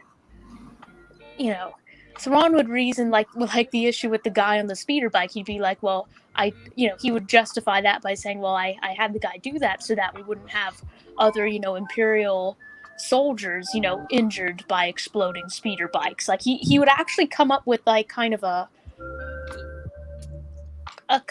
sort of moral grounding for that action, whereas Tarkin is kind of more like unequivocally just being ruthless, almost for ruthlessness' sake, and teaching people a lesson. Whereas I think Thrawn would much rather just have kind of people work with him and do a good job, if that makes sense. Yeah. And so his is more selective than other Imperials. Yeah. And, like, talking about the maturity level, because I wanted to mention this real quick, because when you were talking, this came to my mind. But if you remember Children of the Force, that episode of the Clone Wars, I can't remember what season it was, but where Sidious, I think it was season 2, Sidious was kidnapping Force-sensitive kids using Cad Bane, and he took them to Mustafar to do experiments.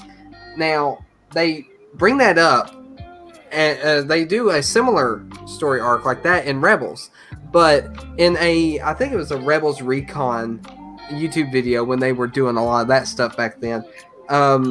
Dave Filoni himself said that they couldn't show what they like to show about that because it's a lot darker than what you can show on a kids show, is what he was implying. He wanted to make an implication to what would happen to the children if they got their way, but due to it being a kids show, they probably couldn't. But in the Clone Wars, they were able to make that implication that they're just going to dispose of them somehow, which is dark. I mean, talking about disposing little children like that, like they're nothing. So that's why I say that if they bring Thrawn into this, they could add maybe a little more maturity to it than we got in Rebels. It won't be nothing like huge, I'd say, but I feel like they will be able to do something with it that makes him a little more ruthless, I guess you could say, like we've been saying, than he was in Rebels, just to differentiate him in this one, make him to build him up to be even more of an evil villain than Rebels did. That's sort of something that what you were talking about got me thinking about. Any other remarks on that, or you good? I'm good. Okay. Well, we're on to the last thing, and I said that we'd talk about Orn Free Ta and how much we hate him. I told you I dedicated a whole section to ranting about how stupid this guy is. So I just wanted to say that I think it was season 2 or 3 of the Clone Wars, Orn Free Ta speaks with Cham Syndulla, and you can tell they don't exactly get along, but they both had Ryloth's interest or the prosperity of Ryloth in mind, basically, or the freedom of Ryloth, whatever it was they said it was. The liberty of Ryloth, as the episode was called. I don't know if that was the episode, but that was one of the episodes of the Clone Wars. I'm rambling. Okay, so you can tell that they both wanted liberty for Ryloth, to liberate them from the Separatists. And that sort of got me thinking that maybe they have settled their differences and they come together for the good of their planet. And I was thinking, that's good. That's awesome. I like this dude. He decided to work with Cham Syndulla. That's awesome. And then this episode makes me 360 away from that, or 180 away from that. 360 would turn me back to it. I'm getting into math. I don't want to do that. I'm not good at math. Okay, I'm rambling again. I'm a little bit good. I just gotta clarify. I'm a little bit good at math. I don't want to sound like I'm a stupid person. Anyway, I'm being weird today. Today's been a weird day for me. Anyway, so this episode takes a 180 turn from their alliance to Orn Free Ta being jealous of the influence that he has, which I guess is well within Orn Free Ta's character that I just didn't notice before. And maybe I'll go back and look at all the things that that he's been in and sort of analyze what Orn Free Ta is, so I can maybe get a better understanding of how this 180-degree turn happened. But it seemed like it was sort of sudden. That might be just my lack of knowledge of the character, because I did like him. But he gets jealous of Cham Syndulla and basically works with the Empire to make Cham Syndulla look bad, therefore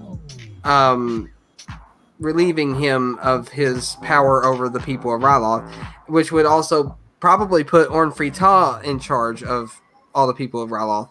But, if they get rid of Cham Syndulla, then his influence will be gone because he's no longer there to influence them, making them easier to control. But this whole episode was Orn Free Ta complaining about his influence and being jealous and trying to find a way to make or Cham Syndulla look bad. And when Hera ended up getting tricked into doing a supply run, air quotations, you can't see me, but I'm doing air quotations around that. Since she was there, unluckily for her, or unfortunately, either way you want to go, Orn Free Taa decided that it was Cham Syndulla trying to, I guess, get weapons for a rebellion or whatever he said. Basically, because she was there, he was pinning that on Cham Syndulla, and he thinks that was a way to implicate him for a crime or whatever. Is that the word? I don't know. Basically, he's saying that because she's there, he's behind all this. That's what I'm trying to say. So this whole episode just made me hate that character that I actually sort of liked originally. And I just want to know what you guys think about him, because if you hate him as much as I do, then I'll be very happy. But, you know, you're all entitled to your opinions. I say that with a gun pointed at the mic. You're all entitled to your opinions. Okay? Okay, yeah. Make sure that you give me your opinion. No guns to Mike needed. I hate him. Okay. We just have to reflect to make sure our opinions are yours, right? Yeah, right. All right, we'll go ahead and start with you, Chrono. Go ahead and just, if you have a rant that you'd like to get out, you better be ranting. Then go ahead. Well, actually, to me, it was not exactly a surprise because, yeah, they worked together in the past, but it's always been kind of implied that this guy always looks out for himself and no one else. So, yeah, he might want prosperity for Rylot because that's where he lives, and it's ultimately going to be good for him. But he's always trying to get the best out of any situation for himself. So, yeah, I can see him getting jealous of Cham Syndulla because the guy has the respect of the whole people. They would go to battle for him. You can see it when they're on the balcony and they are trying to protest the Empire's presence. And the moment they see him, Cham doesn't even speak. The moment they see him, they all smile. And of course he hates that because it's a big hit on his ego. He can't take it. So yeah, I wasn't really surprised to see him trying to bring him down in the eyes of the Empire. Like, yeah, let's get rid of this guy. He's going to be problematic. Does it remind you of anything? Maybe it does. I mean, doesn't it sound a bit like cancel culture? Yeah. That's actually a good parallel right there that I haven't made. That's smart of you, Chrono. That's awesome. Yeah, I mean, it's pretty obvious the guy wants the spotlight for himself, and he's going to. I mean, he's not even thinking twice about destroying the guy's life and his family to get it. Well, that is very true. And you know what? Now that you've mentioned all these things, like there are some examples in the Clone Wars that now that I think about it, I'll have to go back and rewatch it to see the extent of you know, all these things. But I need to go back and rewatch those episodes he's on so I can get a better feel of the character, because I never really paid too much attention to him before. I just remember mainly for agreeing to work with Cham Syndulla in that one episode, and that's sort of what got me to like him, because I like Cham Syndulla, and the fact that this guy was willing to help him out made me like him. But what I'm trying to say is, those examples that I'm thinking of, like, first of all, he never seemed to live on Ryloth. He was always somewhere else, living off somewhere else, but being a, air quotes, representative of Ryloth. You'd think that somebody, and of course he's super fat, so you know he eats a lot, and they proved that in a certain episode. I think it was the episode where Anakin and Obi-Wan were tasked with protecting Satine, and there was like a bunch of these little probe droids that had like a tiny ones that come out of them, and yeah, it was that episode. I forgot the name of it, but it was that episode. They sort of proved that he likes eating a lot in that one. But it's stuff like that, you know. He had a very cushioned life as opposed to, I guess that's the word for it, easy life. Let's just say that. He's had an easy life compared to Cham Syndulla and the people of Ryloth because he's not there fighting for the liberty of Ryloth. Cham is, and that's why people like Cham so much. But I need to go back and look at some of those episodes that he was in, and I can probably get a better feel of the character now, knowing what I do now, because I'll pay more attention to him and stuff like that, and it probably won't surprise me anymore, because it did sort of surprise me at first. But you put it like that, and then I think back at these little examples that, like I was mentioning, it doesn't really surprise me that much now that like it really shouldn't have in the beginning. I should have paid more attention to it. But it's not like he's really a bad guy per se. I mean, he's not evil, but he's only looking out for himself. That's the problem with him. Yeah. So he may not want to do any harm, but he wants to benefit himself. So in the process, he tramples others. That's the problem. Yeah, that's true. Got anything else to say on that, or should I just move on to Commander Tano now? No, that's okay. All right. I know I've said a lot. Commander Tano, go ahead and see. Let's see what you got to say about this. Yeah, I don't know what to add, honestly, except I don't like him. I'm not surprised. I'm not surprised that he behaved the way he did. You know, he's going to do whatever's best for his own interests. And yeah, I'm glad that Crosshair removed him from the picture. Well, that's another thing to talk about, because I don't think he's dead. And there's a reason why, but if you got more to say before we go on to that, because that can be one other little topic that we can talk about, because we've only been at this for 2 hours. We can go for another few minutes. Yeah, I don't have anything more to say, but I'm curious about your theory that he's not dead. Okay, so there's I know some people think he's dead, and I think I said this earlier in the stream that I would explain this, and I forgot to explain this until now, but I don't think he's dead, and there's a reason for that. 2 reasons, actually. One, they arrested Cham Syndulla on attempted murder, which means there was an attempt, but not a successful attempt, or at least it alludes that there wasn't a successful attempt. There might be 3 reasons, actually. We'll go to reason number 2 that I know of. 2, they had him on like the stretcher thing, and he was still, if you go back and look, it looked like he was still moving a little bit. I could be wrong. Maybe it was just me, but it looked like he still was moving a little bit. And I'll just leave it at that. You can go back and look and see for yourself and tell me what you think then. But one other thing is that he was not exactly shot directly in the head, but more in like one of the, I guess, tendril things. That's what it looked like anyway. So I don't feel like that would be a fatal blow. Then again, it could be. No, you're probably right. That's unfortunate. I know. I was when they said attempted murder, I was like, what? Just attempted? No, I feel like they'll need him.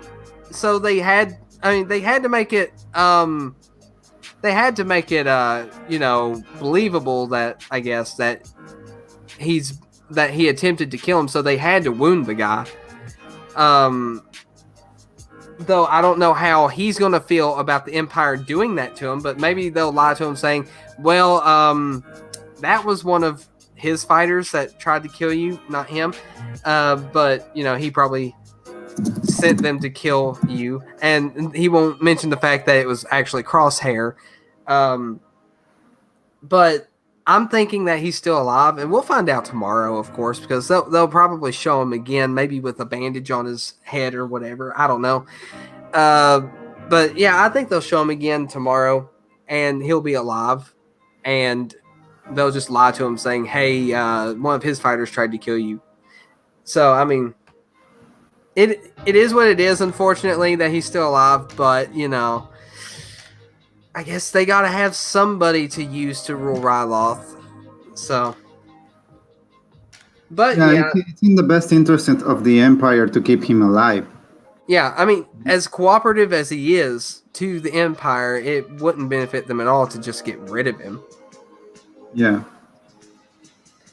Um, Especially if they're gonna frame Cham Syndulla and trying to get rid of him, who's gonna lead? exactly. Because the people will revolt if they don't have someone to tell them not to. Yeah, exactly. And I mean, I know they don't seem to like Ornfrey Tall, but maybe they will try to use this as a way of turning the people against Cham Syndulla, therefore making Ornfrey Tall likable to them. It could just be some political stunt to try to shift the power balance basically towards somebody else's favor and get the popularity of the people. That could be what's going on here. And you guys got anything else to say on the matter, or should we just go ahead and end the stream here? Because I think we've covered practically everything. Does anyone here have anything to talk about this episode that we haven't mentioned that you want to mention? Let me put it that way.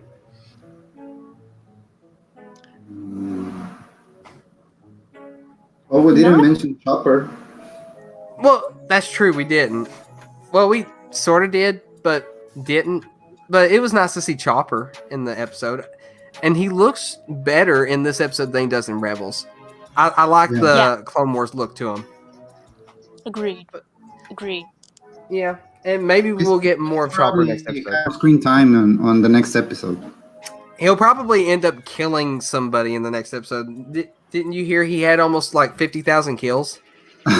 Yeah. Yeah. So he'll probably end up killing somebody next episode. Anything else y'all want? I can see you have your fingers crossed that it will be Ornfrey Tall. Oh yes, Chopper. I want Chopper to do it. I want it.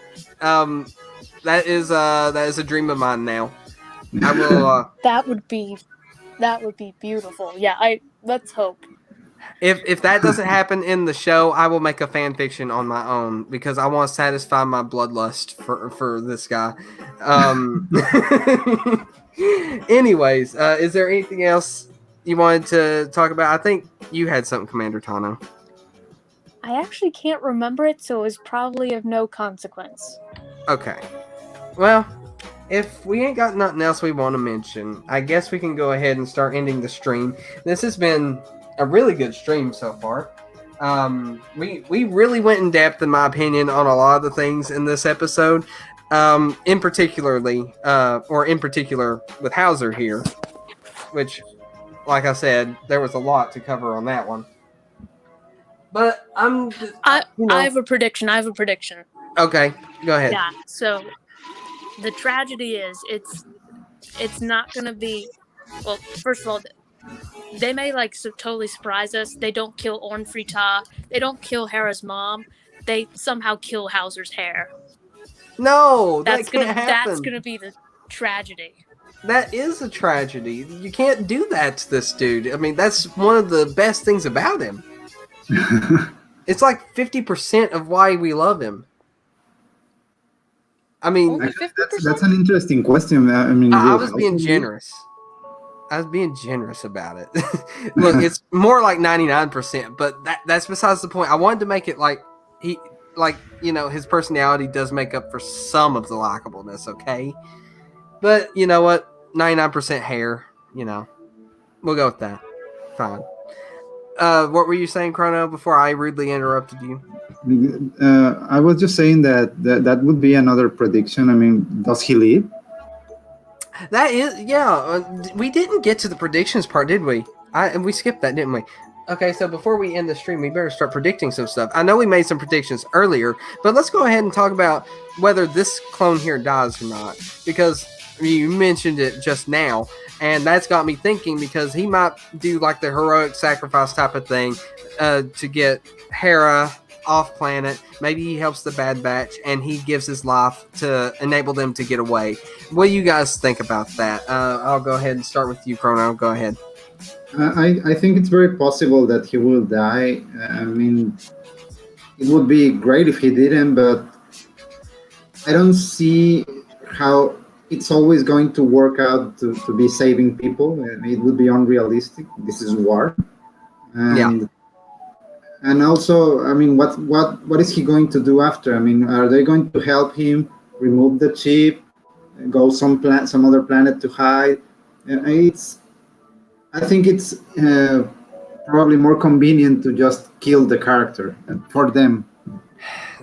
That hurts though because we won't see that hair anymore. Yeah, I feel. I can't. I don't know if I can stomach that. You got anything else to say? I just wondering if you'll probably trial the hairdo. Well, maybe. So if you do, you have to send a picture to the Discord. Yeah, you might have to remind me to do that then. I will have to. Yeah, you'll have to do that. I'll do that. Yeah. Okay. Yeah, that would be. Yeah. What about you, Commander Tano? Go ahead. Yeah. Hauser's hair is going to be fine, just fine. Hera's mom's a goner. Yeah. So yeah, people who enjoyed seeing Hera's mom, okay, she's gonna be gone next episode. They're due to kill someone. Yeah, not everybody can live like Chrono said. And this is actually, ironically, this will sound so horrible, but if they are definitely going to kill Hera's mom. If they end up, I don't think they're going to kill Hauser. But I mean, if they do, it'll almost be kind of comforting to me because I feel like if they get out their kind of kill likable characters quota like out of the way before the finale, then I'm more convinced that maybe that they'll be able to save Crosshair and not just go with the lame kill him off death route. So you're saying we either get to keep Crosshair or we get to keep Hauser? Oh no! I don't know if I can choose. I don't think it'll be. I think we'll keep Hauser. I think we'll get to keep him. I just hope they'll kill Hera's mom, so good. They'll have some dark stuff, but I do hope that they kill off some. I hope they sacrifice some other characters between now and then. Not characters we like, you know what I mean? Like good characters, but not ones we're attached to, so that they feel they've made enough sacrifices at the kill altar, so that they don't have to throw Crosshair onto that as well. I don't know. Yeah. And part it's like, it's funny. Like I forget who asked me this. I think it was my mom, and she was like, I don't know why you'll care about Crosshair. And it's like, yeah, he's like, in his real self, he's very surly and unlikable in some ways. He's with how he is, and I think that's why it took people a bit in the first episode to realize, oh, the chip's working on him. That's not just him. But I think it just makes for such a more intriguing story to have him have done all these things with the chip in him, to have a clone do that and then to have the chip out and have some time to actually realize, like, oh my, I did all this stuff. What do I do with myself? That kind of thing. Yeah, I think that if they do end up leaving Crosshair alive, I feel like he might go through a regret stage. He might be even more quiet and unsociable, all that, than he used to be. Because he wasn't exactly a talkative one in Star Wars Rebels, Clone Wars, when he showed up in those episodes. But he might just be a little more reserved and won't speak much. He might actually feel regret or something like that. You never know what they might do. They might try to explore the effects that the chip had on a clone after it's been removed. And maybe where it's so strong, it might do more to his brain than we know, like you mentioned earlier. Yes, and it's like we got a little bit of when Rex was kind of under the chip, and then once he was out of it, just a little bit when he's like apologizing to Ahsoka for it. But he wasn't dealing with the chip for long. It'd just be so interesting to see something where you have a clone who's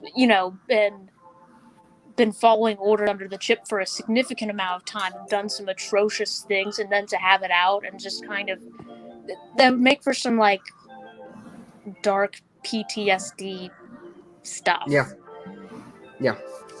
Because I doubt that they'll just make him like, oh, I'm back to normal. Woo! Yeah, let's do this. No, I feel like he might have like a deep hatred for the Empire after that too. So, I mean, it would be very interesting. We need a little more development on Crosshair. We've gotten so much development on all the other members of the Bad Batch. Crosshair, we only see him when he's about to try to kill someone. And I feel like it's about time that we get some character development here, but we can't really do that because he's under the influence of the chip. You can't really build a character that's under the influence of somebody else because it's not him or her or whoever's under influence of anything. Like in terms of a story, if let's say somebody has possessed this character in some way, you can't build that character because they're doing something they don't normally do. What the character building comes after they come off of the influence of whatever it is that's possessed them. At least that's from what I've seen. So I feel like they won't kill him because we need some development on him. But Do you remember from Rebels you had the Callus and Zeb episode where it's that first episode where Agent Callus, he's kind of starting to change his mind about what he does. And that ending scene where he's just in his room sitting on his bunk and he's just there alone thinking. Yeah. I remember when we watched the episode, I think it may have been like the second or third episode where after Crosshair went on that mission with the recruits and then he was just sitting on his bunk and Kamino was just kind of just staring. And I remember when my mom had watched it at the same time and she was like, that reminds me of the Callus episode. And I was like, yeah, it does. And it's like, you kind of wonder, is he kind of like, at least inside, feel like something's kind of off, but he can't control it, but it's like there's something not right. And I feel like there's it's like it would just seem so lame and cheap to kind of get the chip out of him, but for him to die shortly after and not be able to kind of discuss or explore that. Exactly. I feel like that's something this show needs to do as well because, I mean, there's so many questions that haven't been answered that this show has the opportunities to answer.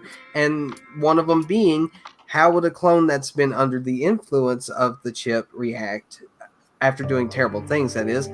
How would they react to knowing what they've done? Because Rex has already showed us that he knew what he had done.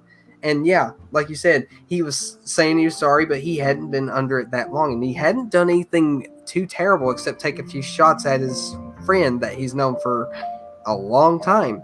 But he didn't do anything to kill them. And I mean, yeah, he had to fight his brothers. He killed a couple of them, but that's one thing, though. The Crosshair has tried to kill his friends that he's been fighting with for a long time, multiple times. He's killed civilians that had nothing to do with the rebellion that Saw Gerrera had, I guess. They were just trying to get off world. And plus all the other things like dealing with the attempted, air quotes, assassination of Orn Free Taa. He's doing terrible things in the name of the Empire, but he can't help it. But he knows he's doing it, and when that chip's influence goes away, we gotta see some sort of regret in his eyes. He can't be. I mean, I know he seems cold and unfeeling in most episodes that he's been in before the influence of the chip, that is. But there's got to be a human inside him that's like, this is wrong or that he regrets doing this. I mean, that's why we need some character development, you know? Agreed. And yeah. Agreed. Also, the unchipped once that's probably that's probably a sign that Crosshair's chip is still working. If it weren't working, he would kill Warren Freetop. Yeah. And please all of us. Yeah, that's true. That's true. Man, dang it. Why would... oh, well. We can't always win, you know. I think that's going to become a meme at this point for us. We're just going to talk about how much we hate Orn Free Ta. Oh, well. Yep. But as far as predictions go, I feel like you guys are right. This clone's going to live. I feel like when it comes to Crosshair, he's going to live. He's not going to have that redemption death. My prediction is that we will get more character development for that character because, I mean, why would they do this and not develop his character? They are turning this character into somebody unlikable. We need a reason to like him again. I mean, we got the Clone Wars version of him, but that's the Clone Wars. This is Bad Batch. He's different because of the chip's influence. We need to like him again because I'm sure he's not going to stay evil forever, and they can't just kill him off as soon as he's back to normal. So, I mean, thinking like that logic sort of makes me believe that he won't be giving himself as a sacrifice or to have some sort of redemption death, you know. I don't think that's the way that they'll go, and I'm hoping that's the case. Agreed. Yeah. Yep. Well, anything else you guys want to talk about for like another minute or so, or are we good and ready to end this? I think we've kind of gotten through our Orn Free Ta hate session, so I think we're good. Okay, awesome. Well, I guess this is the end of the stream then, and what a wonderful stream it was. We had a lot of fun. Unfortunate for Psycho, he wasn't able to join like fully. Bounty Hunter Network left early, but we still had fun near the end of this, so it's been fun. I'd like to thank both of you for being on here tonight, and for Psycho and Bounty Hunter Network when they showed up. I'd like to thank all of you for being on here tonight. And I can't wait for tomorrow's episode of The Bad Batch. Yeah. Looking forward to it. Yeah, and also because I haven't mentioned this yet, we are at, well, as of like a little while ago, we were at 98 subscribers, which is crazy. When we get to 100, I am going to try to figure out something special to do for the 100 subscribers that we have amassed at that point. But it's crazy how this channel has grown so quickly, and I'm very happy that it has, because it's inspired me to want to do more for this channel.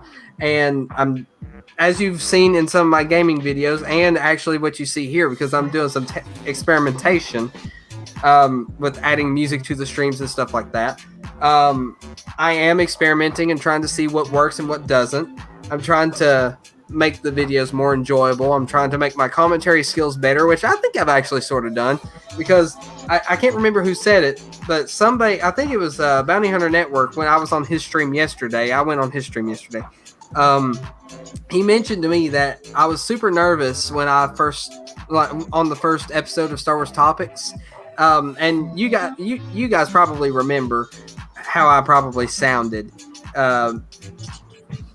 But I was nervous before, and now I feel like I've done a lot better, which, you know, I can only say that for myself, but I'm just me. But I feel like I've gotten better at it. And it's just, I have, well, thank you. So, I mean, it's great how things have improved over the, I want to say, like 3 to 4 months that we've been doing this. And I'd like to thank everybody so far for being on this journey, and I'm hoping for better times to come along the line. Indeed. Yeah. And as far as the 100 subscriber special thing, I will figure out what's going on with that. But if either of you have any ideas, you can. There's like this little thing in the Discord where I've got it set to where you can post your ideas. So just go ahead and put them in there, and I'll read through them.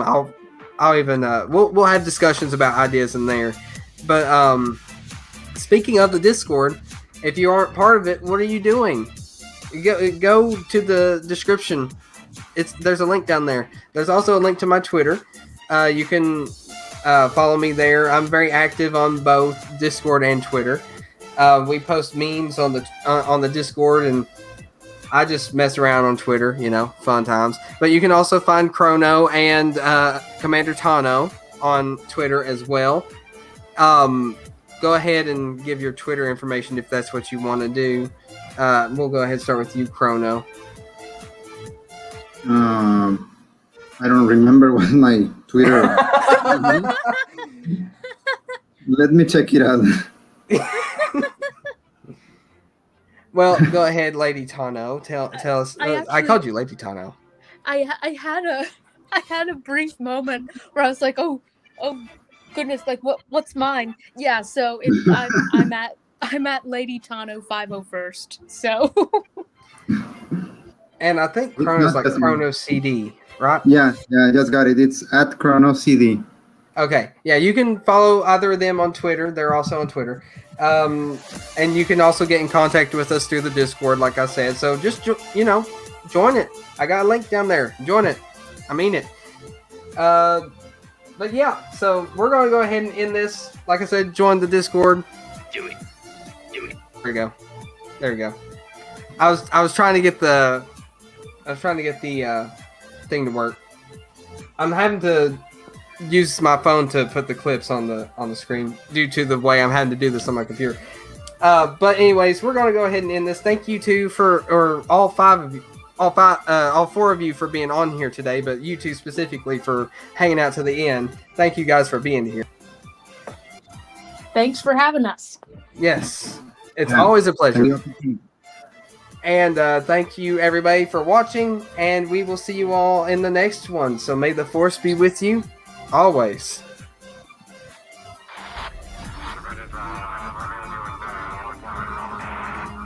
a commander of a consumate and moral and tactical